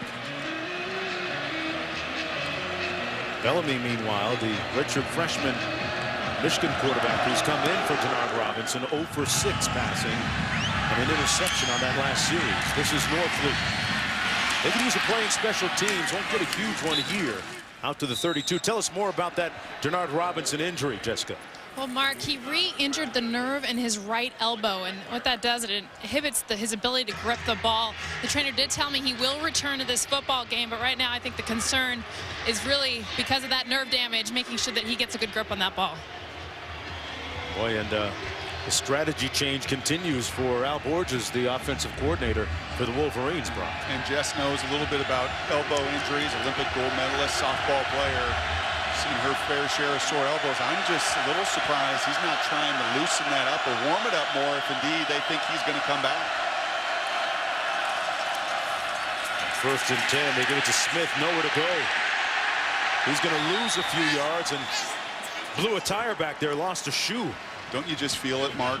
Can't you just, from the booth, sense the difference with this defensive unit for Nebraska?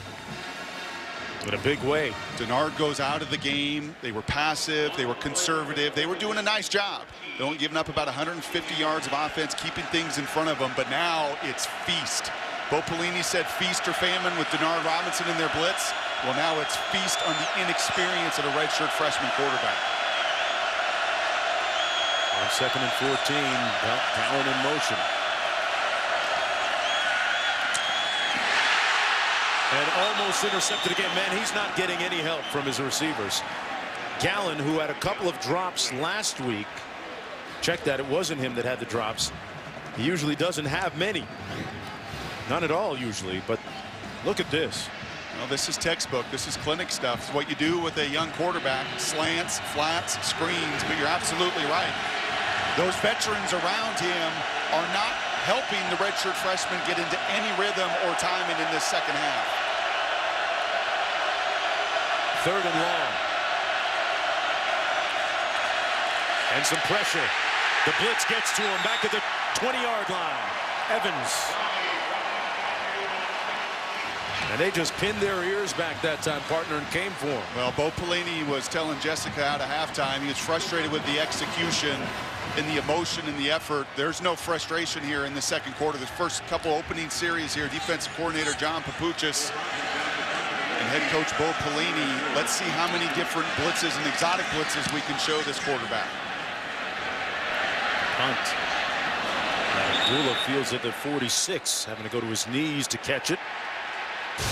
Good field position for Nebraska after that 34-yard punt. Coverage of Monday Night Football continues on ESPN. First at 6:30, Monday Night Countdown served by Applebee's. Then at 8:30, Patrick Willis and the 49ers take their vaunted defense on the road against Larry Fitzgerald and the Cardinals in a classic NFC West matchup. Michigan, 15 yards, number 7. First down, Nebraska. A personal foul against the Wolverines. And attack some more yards on. I think that was the senior Brandon Hawthorne.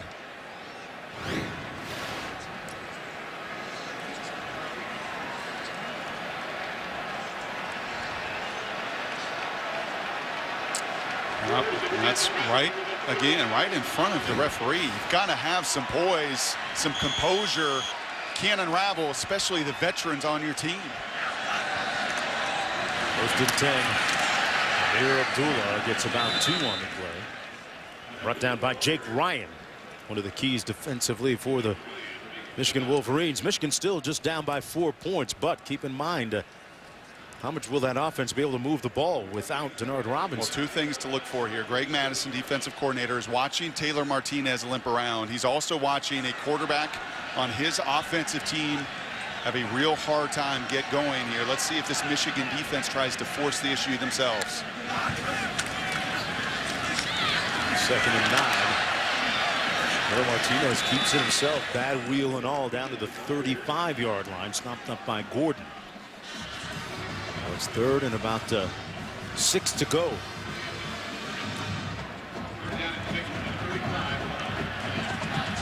The kicker Brett Maher has a long of 54 in his career here, so no negative plays if you're the veteran quarterback. Points will be a premium, a chance here. If you don't convert, you're still in field goal range. Give your veteran kicker an opportunity. And Michigan coming with a blitz. And Martinez moving pretty well, but not enough for the first down. Brought down at the 34-yard line. The fans in hope of a late hit. They've already been the beneficiary of a questionable one earlier. Black pushing him out of bounds, and it's 4th down. On comes the field goal unit for Bo Pelini. I was wondering tonight, Mark, whether or not this Michigan defense was indeed a top 10 defense as they're ranked coming in. They sure pursue and tackle in the open field very, very well. 51-yard field goal attempt by Brett Maher. He's made one from 19 already tonight. Boy, he hit that nicely. That jetted off his foot from 51.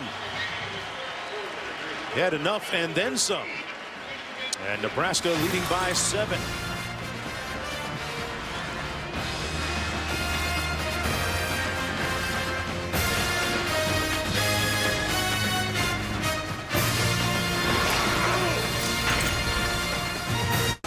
College football in high definition is presented by Vizio. What we wouldn't do right now, Brocky, we're to be around the campfire with Herbie, telling stories about Tommy Frazier and Turner Gill and Johnny Rogers. That guy's been everywhere. A brisk and cool night here in Lincoln, Nebraska. Taylor Martinez has had issues with both his left and his right leg tonight. This one goes out of bounds before it goes out of the end zone, or did not make it in the end zone. Free kick out of bounds by the kicking team. The ball is placed at the 35-yard line. First down. Let's take one more look and revisit what happened to Denard Robinson in the second quarter. Yeah, this is late in the first half. A designed quarterback draw all the way. playing to the strength of his movement, his athleticism. Not the most vicious hit, but you see Baker Steinkooler there, 295 pounds, fall on Denard, and the report from the sidelines, it's a nerve issue in his elbow that is bothering his grip, not allowing him to throw, and we've not seen him come out of halftime and even grab a football to throw. Bellamy, meanwhile, the redshirt freshman, 0 for 7. Hands it off to Tucson, although there is an asterisk beside the 7 because 2 of those were dropped. Not getting a lot of help from his senior receivers, his junior receivers. This may not be a bad time. And Al Borges, the offensive coordinator, has been here before, and he's tried screen, slant, flat, easy completions. This may not be a bad time for a redshirt freshman quarterback to just let him air it out. Let him cut it loose, allow one of his big receivers down the field an opportunity to make a significant play. Off the fake. Incomplete at the 42-yard line, and boy, the DB's had a beat on that pass intended for Devin Gardner. Sets up a long situation here, 3rd down and 9. You know, and Bellamy actually took to heart some of the advice by Al Borges and Brady Hoke that he improve his arm strength. And during the offseason, did a lot of work in the weight room, got his weight up a little bit over 200 pounds, put on about 15, 20 pounds of muscle. He's going to need all of it to finish the night here in one piece.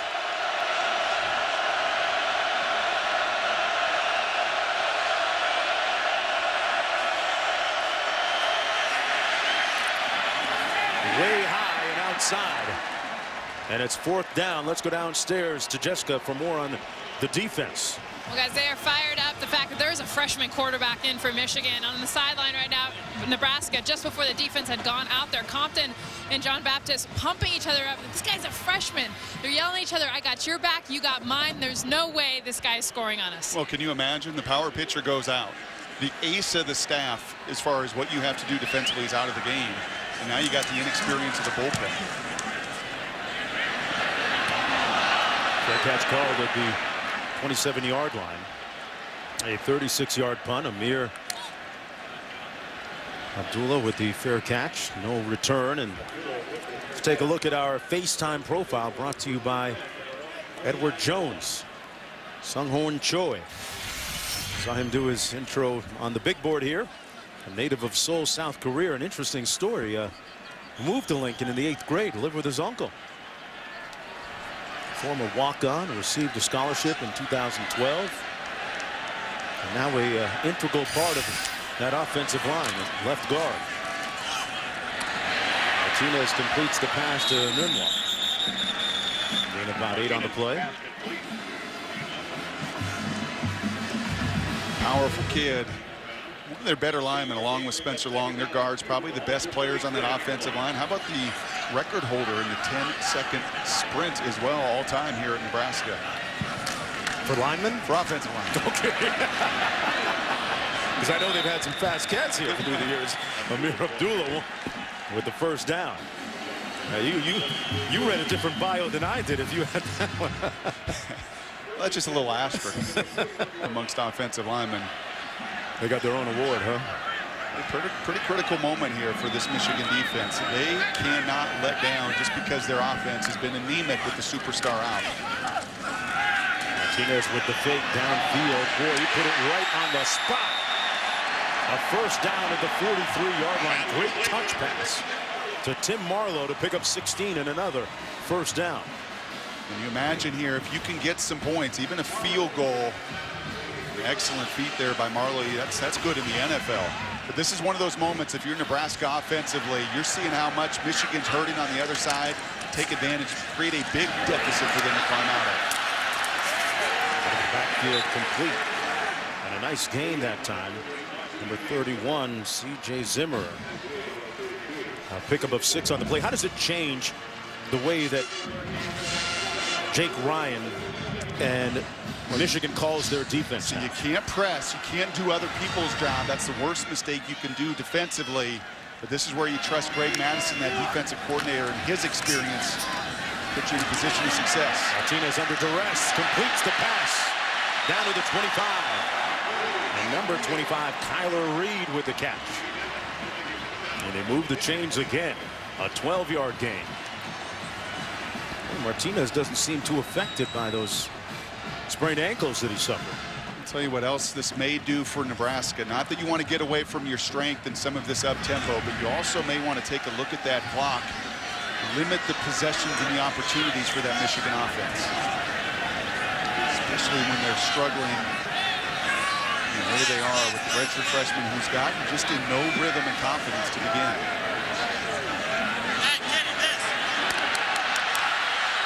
They just got the play off. Martinez. Flag on the play. The pass incomplete, intended for Kenny Bell. And a lot of contact there. J.T. Floyd, the defender. And I love that call from Tim Beck. Could slow down the tempo. Doesn't mean you have to slow down your aggressive call down the field.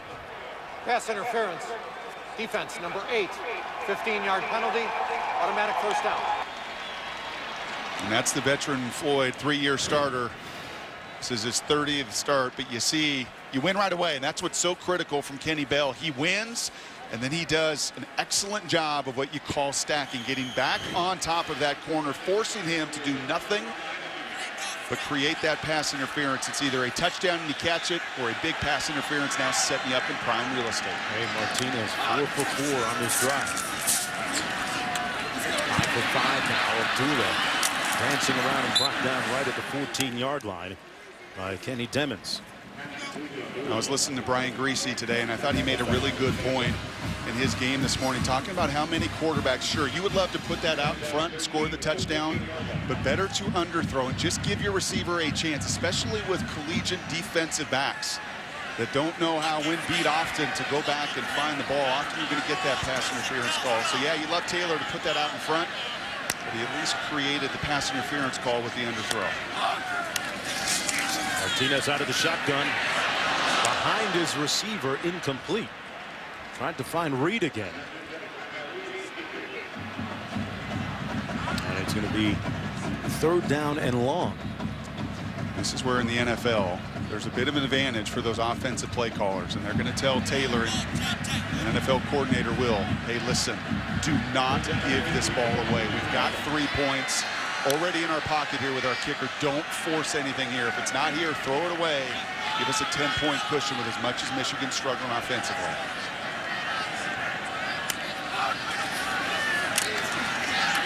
Into the end zone. Incomplete.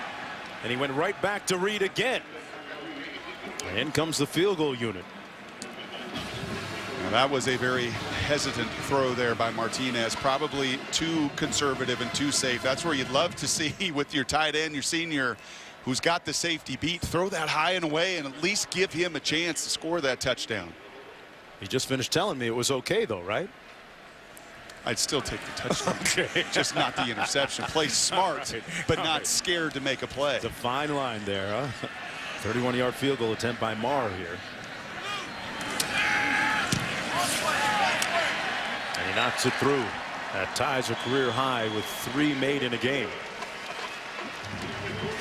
And the lead is up to 10 in this pivotal game for both Michigan and Nebraska in the Legends division of the Big Ten. The winner of this game will determine their own fate, with Wisconsin the likely opponent on the other side. Penn State and Ohio State unable to play because of sanctions. And if Michigan is going to control their destiny and get to 4-0, they're going to have to figure out Bo Pelini's blitz here, because they have a downhill disposition to them here. Look at the number of bodies of the Cornhuskers. 7 guys coming up the gut, coming off of the edge. And until you beat pressure, until you show that you can knock that pressure right and hit it right in the mouth, you're going to continue to see these overloads. And there is no threat. I mean, Bo Pelini, just like we had to go to the board and find the backup, Bo Pelini had to do the same. Okay, he had to have a secondary plan along with defensive coordinator there, John Papuchis. They had to find and go to their blitz package. They weren't going to get this. They weren't going to show that against Denard. But the young kid comes in who can't beat you with his athleticism. Well, you keep hitting him in the mouth until they can find an answer. Well, a stark contrast of productivity with the 2 different quarterbacks. 11 first downs and still winning for their first behind Russell Bellamy, the redshirt freshman out of Texas. I'm still waiting for one of those shots downfield. These corners are squatting. These nickelbacks and linebackers are blitzing. I was always taught if you want to slow blitz down, you then have to be the aggressor. You've got to make a play to slow them down, or they're going to keep coming and keep coming and keep coming. He's 0 for 9 passing. Hands it off to Toussaint, going east-west. And brought down after a gain of 1 on the play. Sean Fisher there to make the stop. This is the best he's played. He had 15 tackles coming in. He is long. You can see that, 6'6", 230 pounds. Has suffered through numerous injuries here. Really bright kid, 4.0 student, going to be going to med school. But he's getting a chance tonight. He's playing at a higher level than I've seen on film.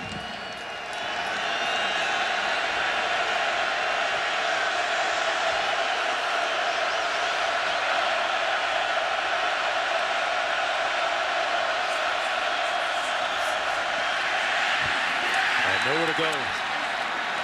Threw it away, intended for Funchess, who was the closest guy there. You see Lewin, his offensive lineman, trying to settle him down. He's now 0 for 10.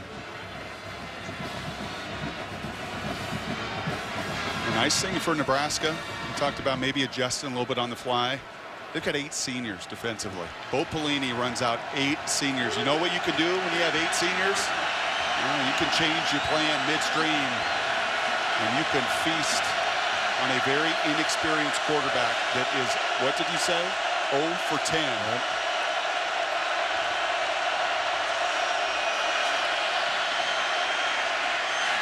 Into traffic, incomplete. And a flag called. Jackson, the intended receiver. We saw this call made a little bit earlier against Nebraska. This Big Ten crew has been very consistent tonight. If it is even close, whether it's a personal foul on the boundary, whether it was the contact with the helmet and targeting the head earlier, if it's within reason and close at all, they have made this call consistently all night.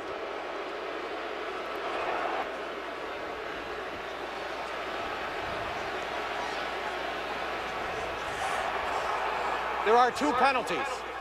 Personal foul, targeting on the defense. Unsportsmanlike conduct charged against the bench of Nebraska. Both penalties will be enforced. First down. That's a lot of yardage.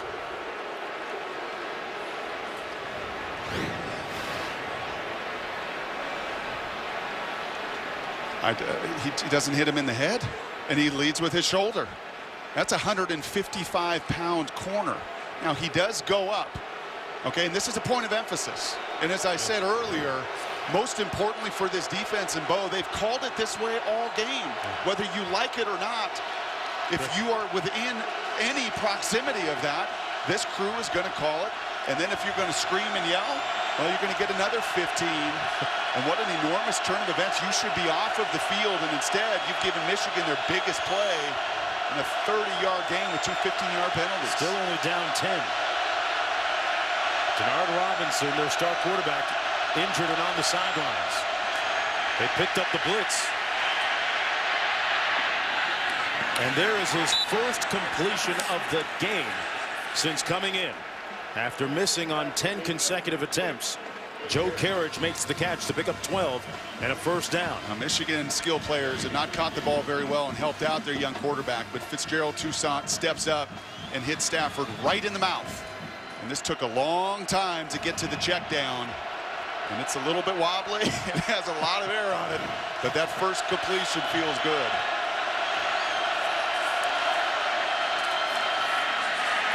Toussaint, nowhere to go. He's going to lose a yard or 2. Whaley, the first one to get there on defense for Nebraska. Those guys trying to get those black shirts.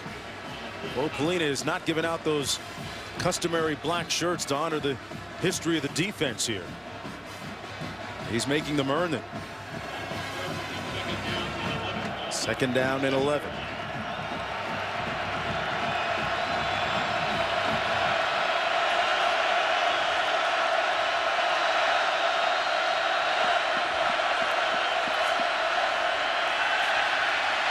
Taking a shot up top into the end zone.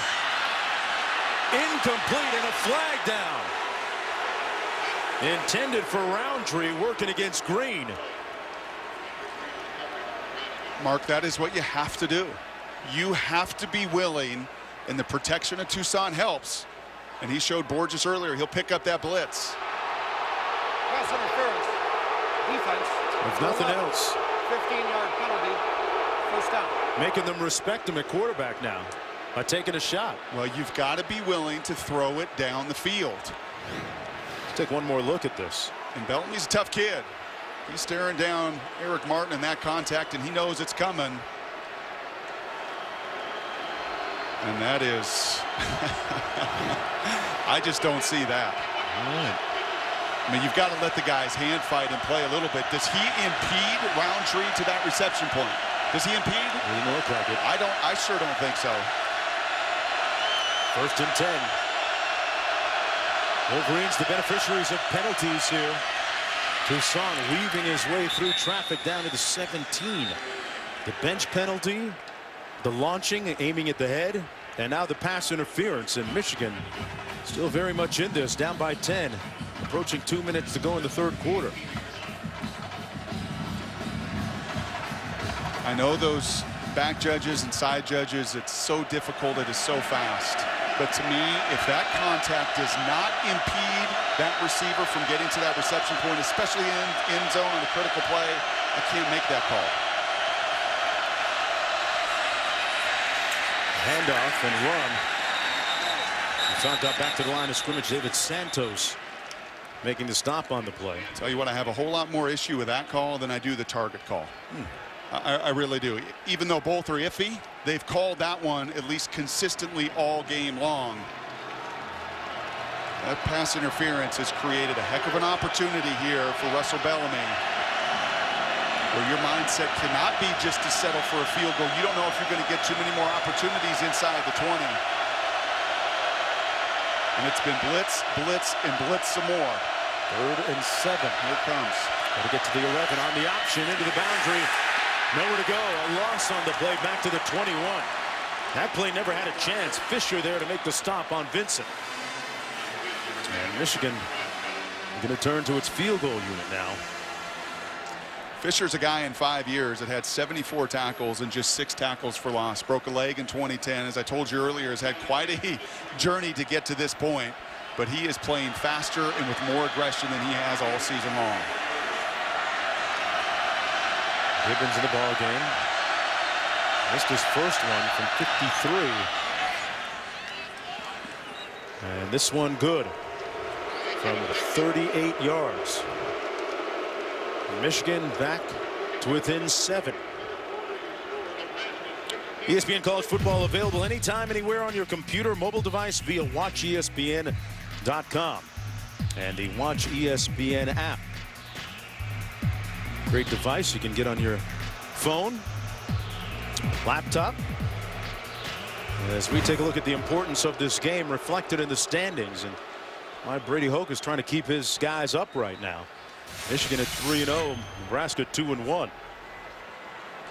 And the winner of this one controlling its own fate. And this is sure one that these 86,000 are looking at this situation at home. A night game. A rookie quarterback has come in. You're not facing Denard Robinson. This is one you feel like if you're Nebraska and if you don't give it away with silly penalties. 45 yards of penalties on that last field goal drive for Michigan. This is one in the final 15 minutes with a veteran team. You feel good about your squad finding a way to win here at home. Eddie Bell back deep on this kickoff. Kick it the other way. This is going to be Turner. Turner leveled right before the 25. Joe Bolden playing right to the whistle. That's what you're supposed to do. Tanner Lamartina is going to come back out. Probably no surprise this has been as physical a game tonight. You're talking about 2 of the blue bloods. Michigan, the winningest school in the history of college football, getting their 900th last weekend. Nebraska, not too shabby. They're number 4 on that list. A lot of seniors that know the magnitude of this game, and Bo Pelini, who's been very aggressive once Denard Robinson went out of this game. Very physical affair here in Lincoln. 1st and 10. Here Abdullah on the run. Gets the first down and then some. Finally brought down at the 43-yard line.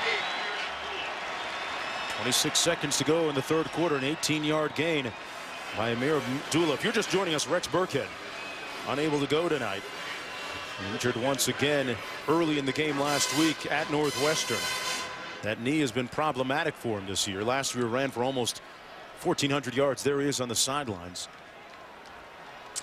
But as far as Abdullah, boy, he was a talent coming out of high school a couple of years ago. Both Alabama and Auburn in the mix in terms of recruiting him. And that's going to be the end of the 3rd quarter.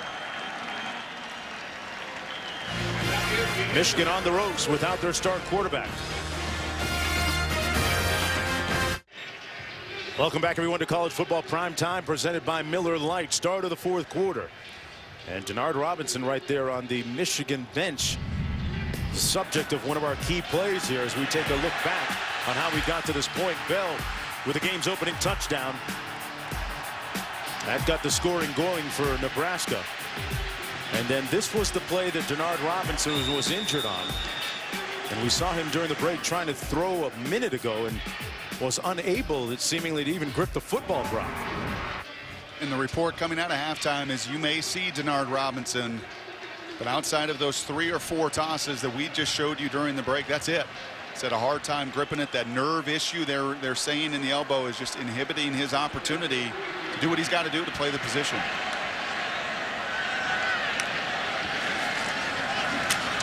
Martinez gives it to Abdullah. And here Abdullah with another spirited run into Michigan territory. Let's go downstairs for more from Jessica. Mark Brock, in addition to trying to grip the football, I also saw Denard with the trainer trying to shake hands with him, really trying to test that grip. He looks so frustrated right now. You can tell he wants to get into the game, but it really comes down to his ability to grip the football. Can't grip it, you can't rip it, you can't function. You can't do the things you've got to do to play the position. In the most important game, unfortunately, of his career, you may argue. Martinez stopped up. Denard Robinson has yet to win a Big Ten title for all of his lofty accomplishments at Michigan, as Taylor Martinez still on the field and upright. And a win tonight for Michigan will put them 2+ up. Largely 2.5 up on Nebraska. And a loss tonight, well, it makes it a dog race. A dogfight down to the end. What a bummer. You just hate to see one of the superstars, just like Marcus Lattimore today as well for South Carolina. You just hate to see a star go out with injury. Martinez back to pass. Incomplete. Tough catch, but it could have been made. Intended for Anunwa.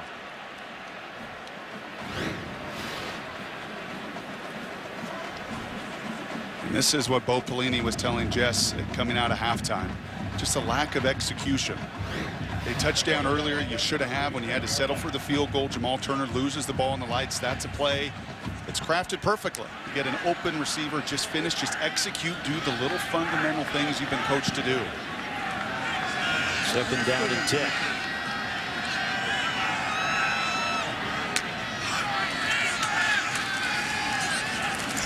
Martinez finds his target complete.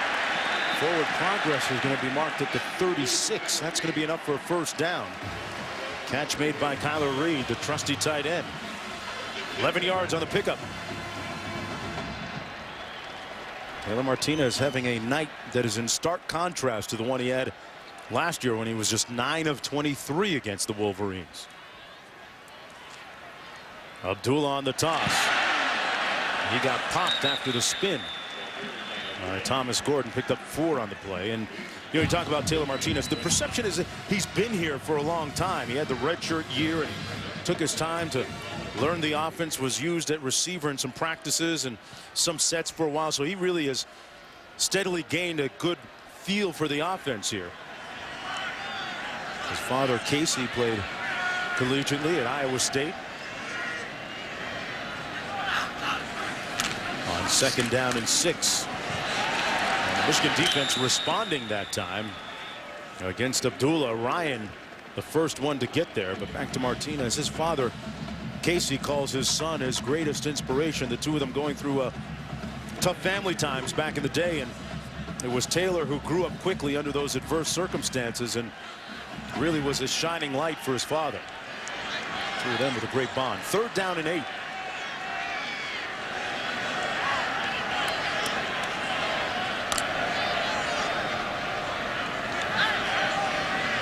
How big is it for Michigan's defense here? Big, and you're trying to force a negative play and get them out of field goal range. Michigan coming with a little pressure. Bell down the sidelines and incomplete, and a flag thrown on the play. There's a lot of bumping and grinding going on down the sidelines. And now Bell getting up slow.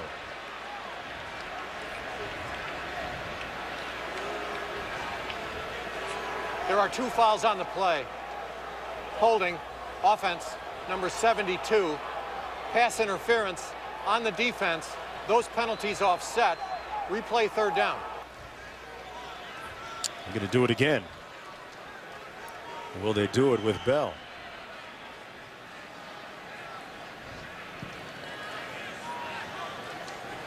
Kenny Bell, the leading receiver for Nebraska coming into this game.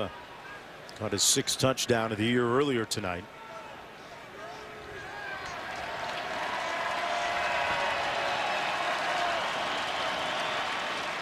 And I think Kenny got the wind knocked out of him. Here is the center with the hold inside. That's Justin Jackson trying to pick up one of those pressures, and that's just a tackle that's going to draw the flag. And the early contact there, the ball was tipped, so it's not that hit afterwards. And credit Gordon for not targeting the head. That's why you don't see the penalty that's been called earlier tonight, but they called that earlier on the contact with Floyd before the reception point. The official steps in, allowing Bell to get off the field.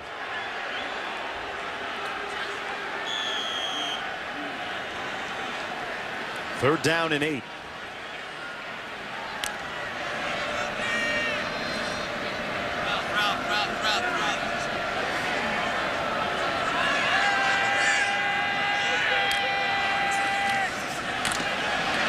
And the pressure off the edge, and they swallow Martinez all the way back to the 45. A big sequence there for the Wolverine defense. Craig Rowe, the first one to get there, their best pass rusher too. And Mark, when you're sitting in field goal range, what is the one thing you cannot do? Don't take a sack. You know it's coming. Bo Pelini knows it's coming. They're sitting in the gaps they showed you on the previous 3rd down. You've got to do your best there as a redshirt junior to just simply throw the ball away and allow your veteran kicker to get 3 more on the scoreboard. Instead, you don't give your team any chance. Gallen back for this punt. Gonna watch it bounce inside the 10. And it'll come back out to the 20-yard line. 44 yards on the punt. Michigan dodging a bullet there of sorts. Back with more after this. Nebraska leading by 7 with 11:40 to go in the 4th quarter as we continue Dr. Pepper's road to the conference championships. From the 20-yard line, Russell Bellamy, who was wonderful in the spring game, great in fall camp, but Memorial Stadium is a different kind of venue, a daunting one for a redshirt freshman who hasn't had a lot of playing time.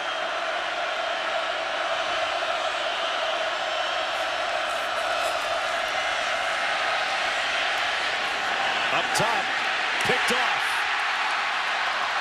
at the 47-yard line. Damon Stafford with the pinch. That thing hung up there for a while. And it was Baker Steinkuhler in the 2nd quarter that knocked Denard Robinson out of the game. And it was the big number 55 in the middle that got the penetration. And watch Steinkuhler knock the redshirt freshman on his face. Impact that throw, affect that throw. And I love the call. I love the aggression of a double move. But no chance there on a woefully underthrown pass.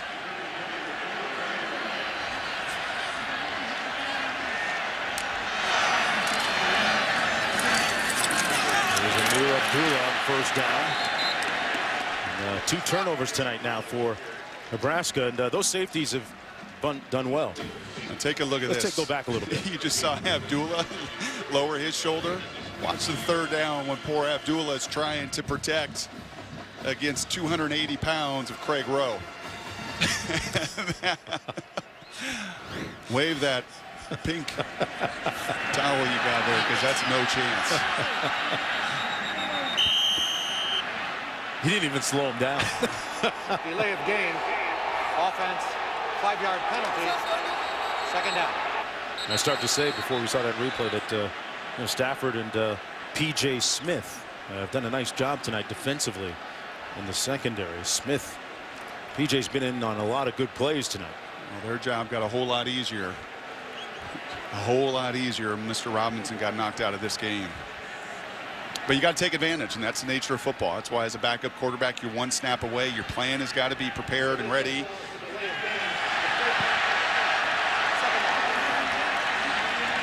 Conversation between the men in stripes. There wasn't a reset of the play clock, so they take the delay of game away.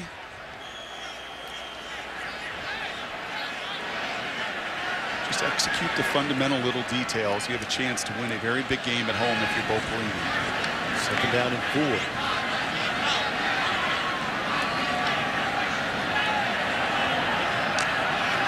Michigan still down just 7.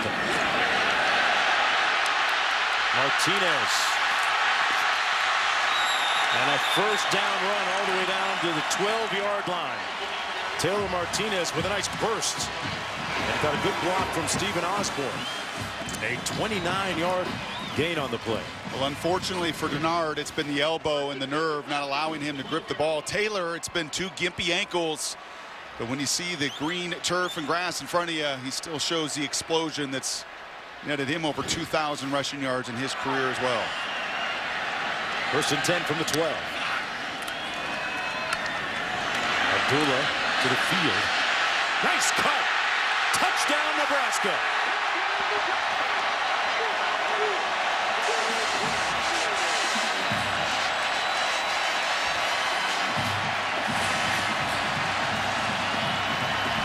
You just had a sense, didn't you, Mark? This Michigan defense has been on the field this entire second half. They weathered a few storms. They rose up. They got the critical sack to knock them out of field goal range. But eventually, they see the struggles of that offense, too. They get worn down. Not assignment sound on back-to-back runs, and Nebraska takes advantage. Amir Abdullah with his 8th rushing touchdown of the season. 11th of his career in relief of Rex Burkhead, and pretty good relief. Like Novocaine, man, he's taking the pain away. The Big Red Nation making a little bit of noise after this run, increasing its lead.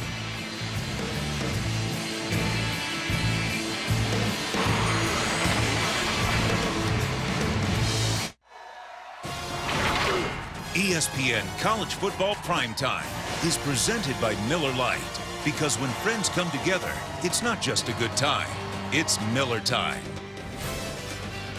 Tell you what, I've seen a lot of interesting costumes tonight with Halloween coming up this week. I think I saw a taco out there too.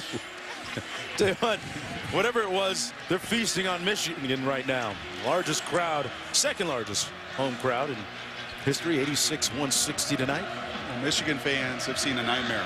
When their star player, the identity of their offense goes out, the backup comes in, 1 of 12 yards and 2 interceptions. A lot of pressure on that quarterback. And you know what they say about pressure, Wendy Nitz? It makes diamonds or it busts pipes. Back to you. Fair point, Mark Jones. Speaking of pressure, how about this game over on ABC? Notre Dame and Oklahoma, 4th and 2. Blake Bell in to take the snap, gets it to Trey Miller. That sets up the first rushing touchdown Notre Dame has allowed this season. Here come the Sooners. It's a Dr. Pepper conference update. That game will have a lot of impact on those standings. 23-9 here. Bellamy not quite the dynamic runner that Denard Robinson is. Although not many quarterbacks are. David Santos making the stop and gain of about 1 on the play. You see more production out of these linebackers. Talked about Fisher earlier. Santos, just a redshirt freshman. Bo Pelini's going to have to play some more of these young kids here down the stretch. Graduates 8 seniors like Compton after this season. These young kids are loving being able to fly around and get after this young quarterback.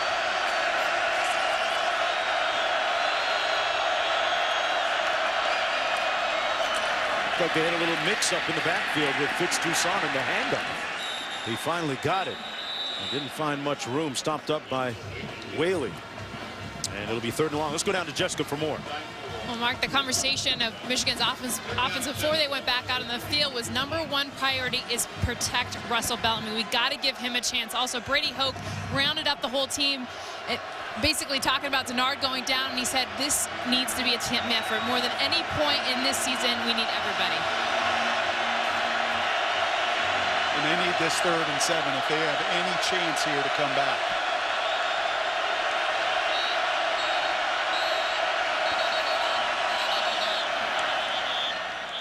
Well, Bellamy Timeout. Nebraska. might have gotten tired of the Their first timeout noise, of the half. even though Nebraska gave him a break with the timeout.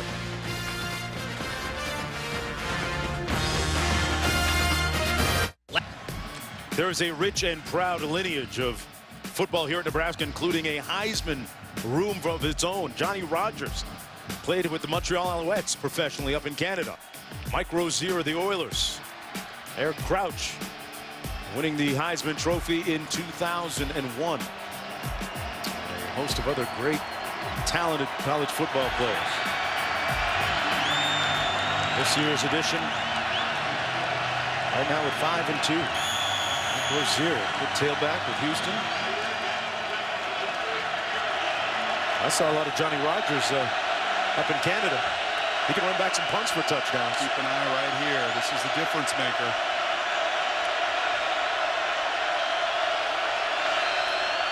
Off the edge. Complete. And he got a little bit of help this time from his receiver. That's Gardner getting the 1st down conversion. One of the rare occasions here in the second half where Michigan's run 19 plays for 11 yards. That one completion outdid 19 plays of production. The Nebraska didn't blitz. They trusted that front 4 to try to get home. They didn't. And like Jessica said, the coaches were begging for on the sidelines, give this kid an opportunity to at least set his feet and have a pocket in front of him. 15-yard pickup for the 1st down.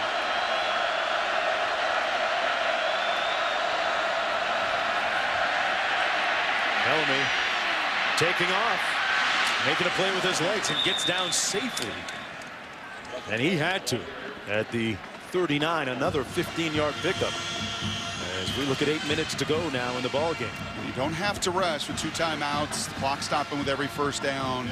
But you may want to pick the pace up just a little bit now that that clock has ticked under 8 minutes in the 4th.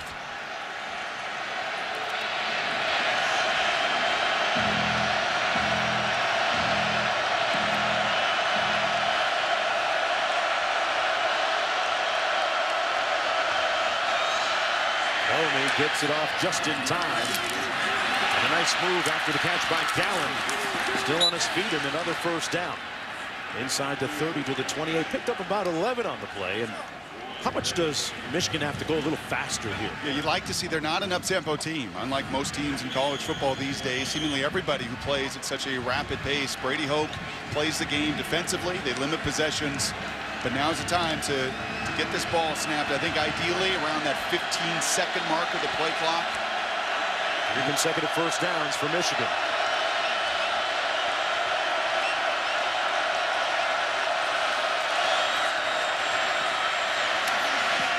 Underneath and incomplete. Intended for Funchess. Well, Brady Hoke told us that Denard Robinson would be coming back. Guess he got us with the poker face, huh? Well, he doesn't have the headsets on, so he doesn't know. He's focused on other things. So we can get him a pair. 2nd down and 10. Just joining us, Denard Robinson shaken up, injuring that elbow, as reported by Jessica Mendoza from the sidelines, happening in the 2nd quarter. Hasn't been back in the ball game since. Been up to the redshirt freshman Russell Bellamy. Off the fake into the end zone.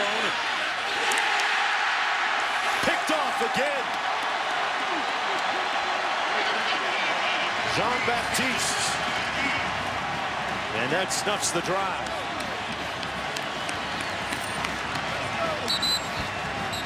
Boy, what a play on the ball by Stanley Jean-Baptiste. And that's now the third interception here of the second half. And this is a throw. You like the aggressive nature. You get the protection that Hoke wanted. But there you've got to see the double coverage, not just the 6'2" corner that's gotten better and better with every week. You also have the safety flying over the top. Those are the judgments that come with experience. Those are the judgments that you got to try to scramble. You got to find a way after a good drive to keep your possession alive instead of forcing in double coverage too early in this game to make that kind of decision. Abdullah brought down by Bayer, and 14-point lead for Nebraska with possession. The clock in their favor. Looking forward now, you can't help but wonder what happens to the fate of Michigan with or without their quarterback, Denard Robinson, because they're still very much in the race. But if he can't go the rest of the way, then that's a totally different team, as we've seen tonight. I think we've learned a lot about nerve issues this offseason with Peyton Manning and his neck and his nerve. You hate to speculate, and you never know week to week how quickly kids can get healthy. Sure frustrating to not see him tonight. Now snap, and a nice burst of speed by Martinez for the first down. Let's go back to the studio and Wendy Nix. Mark, thank you. Notre Dame is efficient. We go back to Norman, Oklahoma. 7 plays, 73 yards. Here's Everett Golson, a 50-yard connection with Chris Brown. And just a few plays later, it would be Everett Golson on the keeper. And the Irish have the 20-13 lead. Sooners driving over on ESPN. Just waiting, aren't you? You're just waiting for Notre Dame. They can't keep doing this. Lou Holtz can't keep picking them week after week. One. It sure is. First down and 10 here. Martinez on the toss sweep. Amir Abdullah, the ball carrier. Out to about the 35-yard line. Got a couple on the play. Now this is time for Nebraska, and I know you like to be up-tempo, but this is a time that I start to utilize every one of those seconds. How much time do you want on the clock when you snap it now if you're Taylor Martinez? Oh, you're looking at, you'd like it snapped around that 3-second mark so you're not messing around with any delay, a game penalty or anything like that. And I think you eat up every one of those precious seconds. We've talked so much about Denard Robinson, but the leadership of Martinez tonight has been pretty inspiring. You look at some of the hits he's taken and been able to go the distance. Hands it off to Amir Abdullah, got the first down and then some. That'll keep the clock running. And in their possession with one of the best recruiting classes in the nation, Coach Cal. His Wildcats reloaded to defend their national championship. And this is our exclusive multi-part series. Coverage one of the top basketball programs in the country. All Access Kentucky, Wednesdays at 7 on ESPN. And those coaches love that All Access opportunity. Tell you what, Archie Goodwin, everyone talks about Noel, but Archie Goodwin, a heck of a player from Arkansas, the Arkansas Wings AAU team. I got a chance to see him play over the summer. He's pretty talented.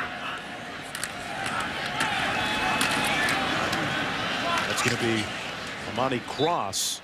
And Cross, not much room there. Brock, we had an interesting revelation about him.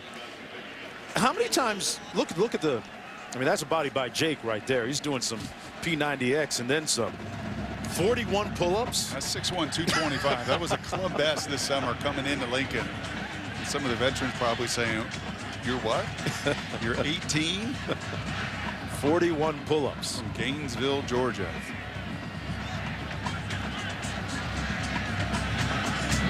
Kind of makes you rethink that treadmill routine, doesn't it? Second down and 8.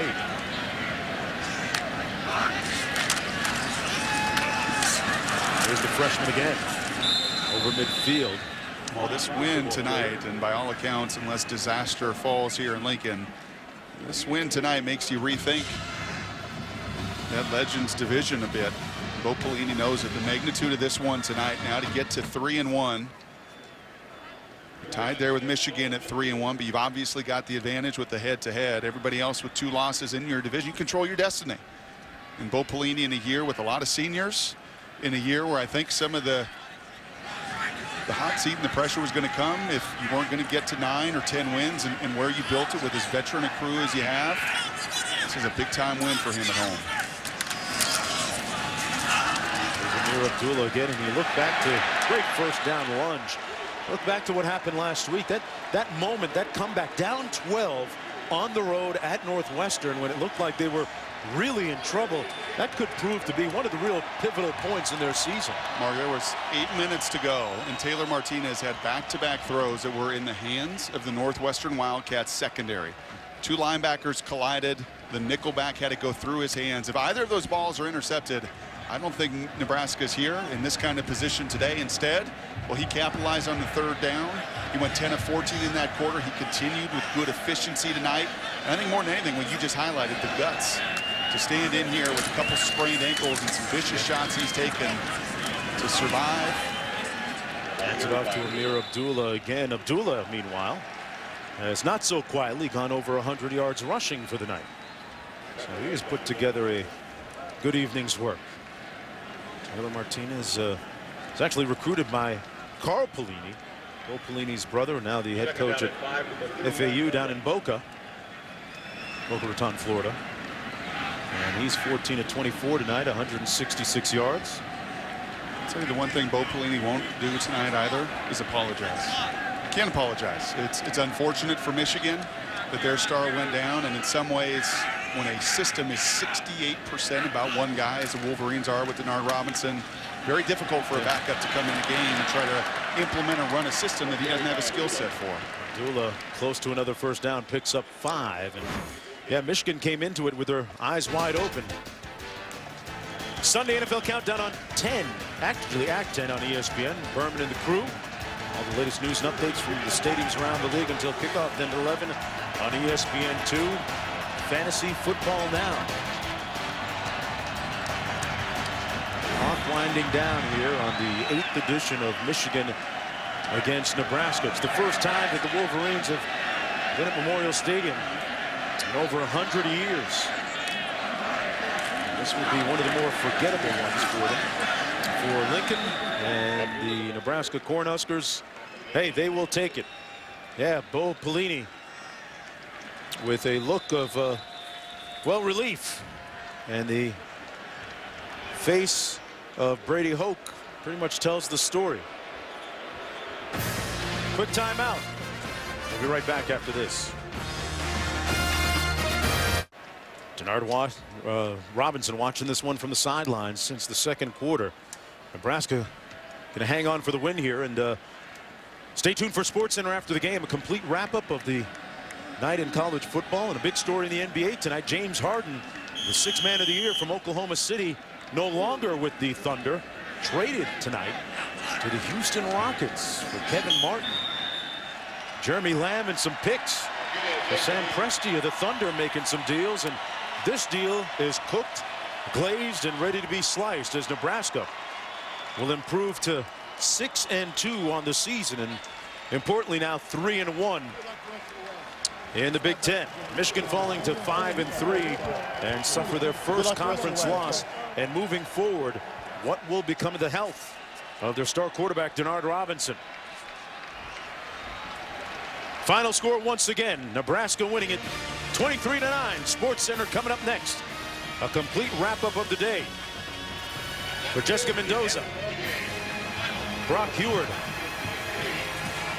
the Big Red Nation loving this result. I'm Mark Jones saying good night, everyone, from Lincoln.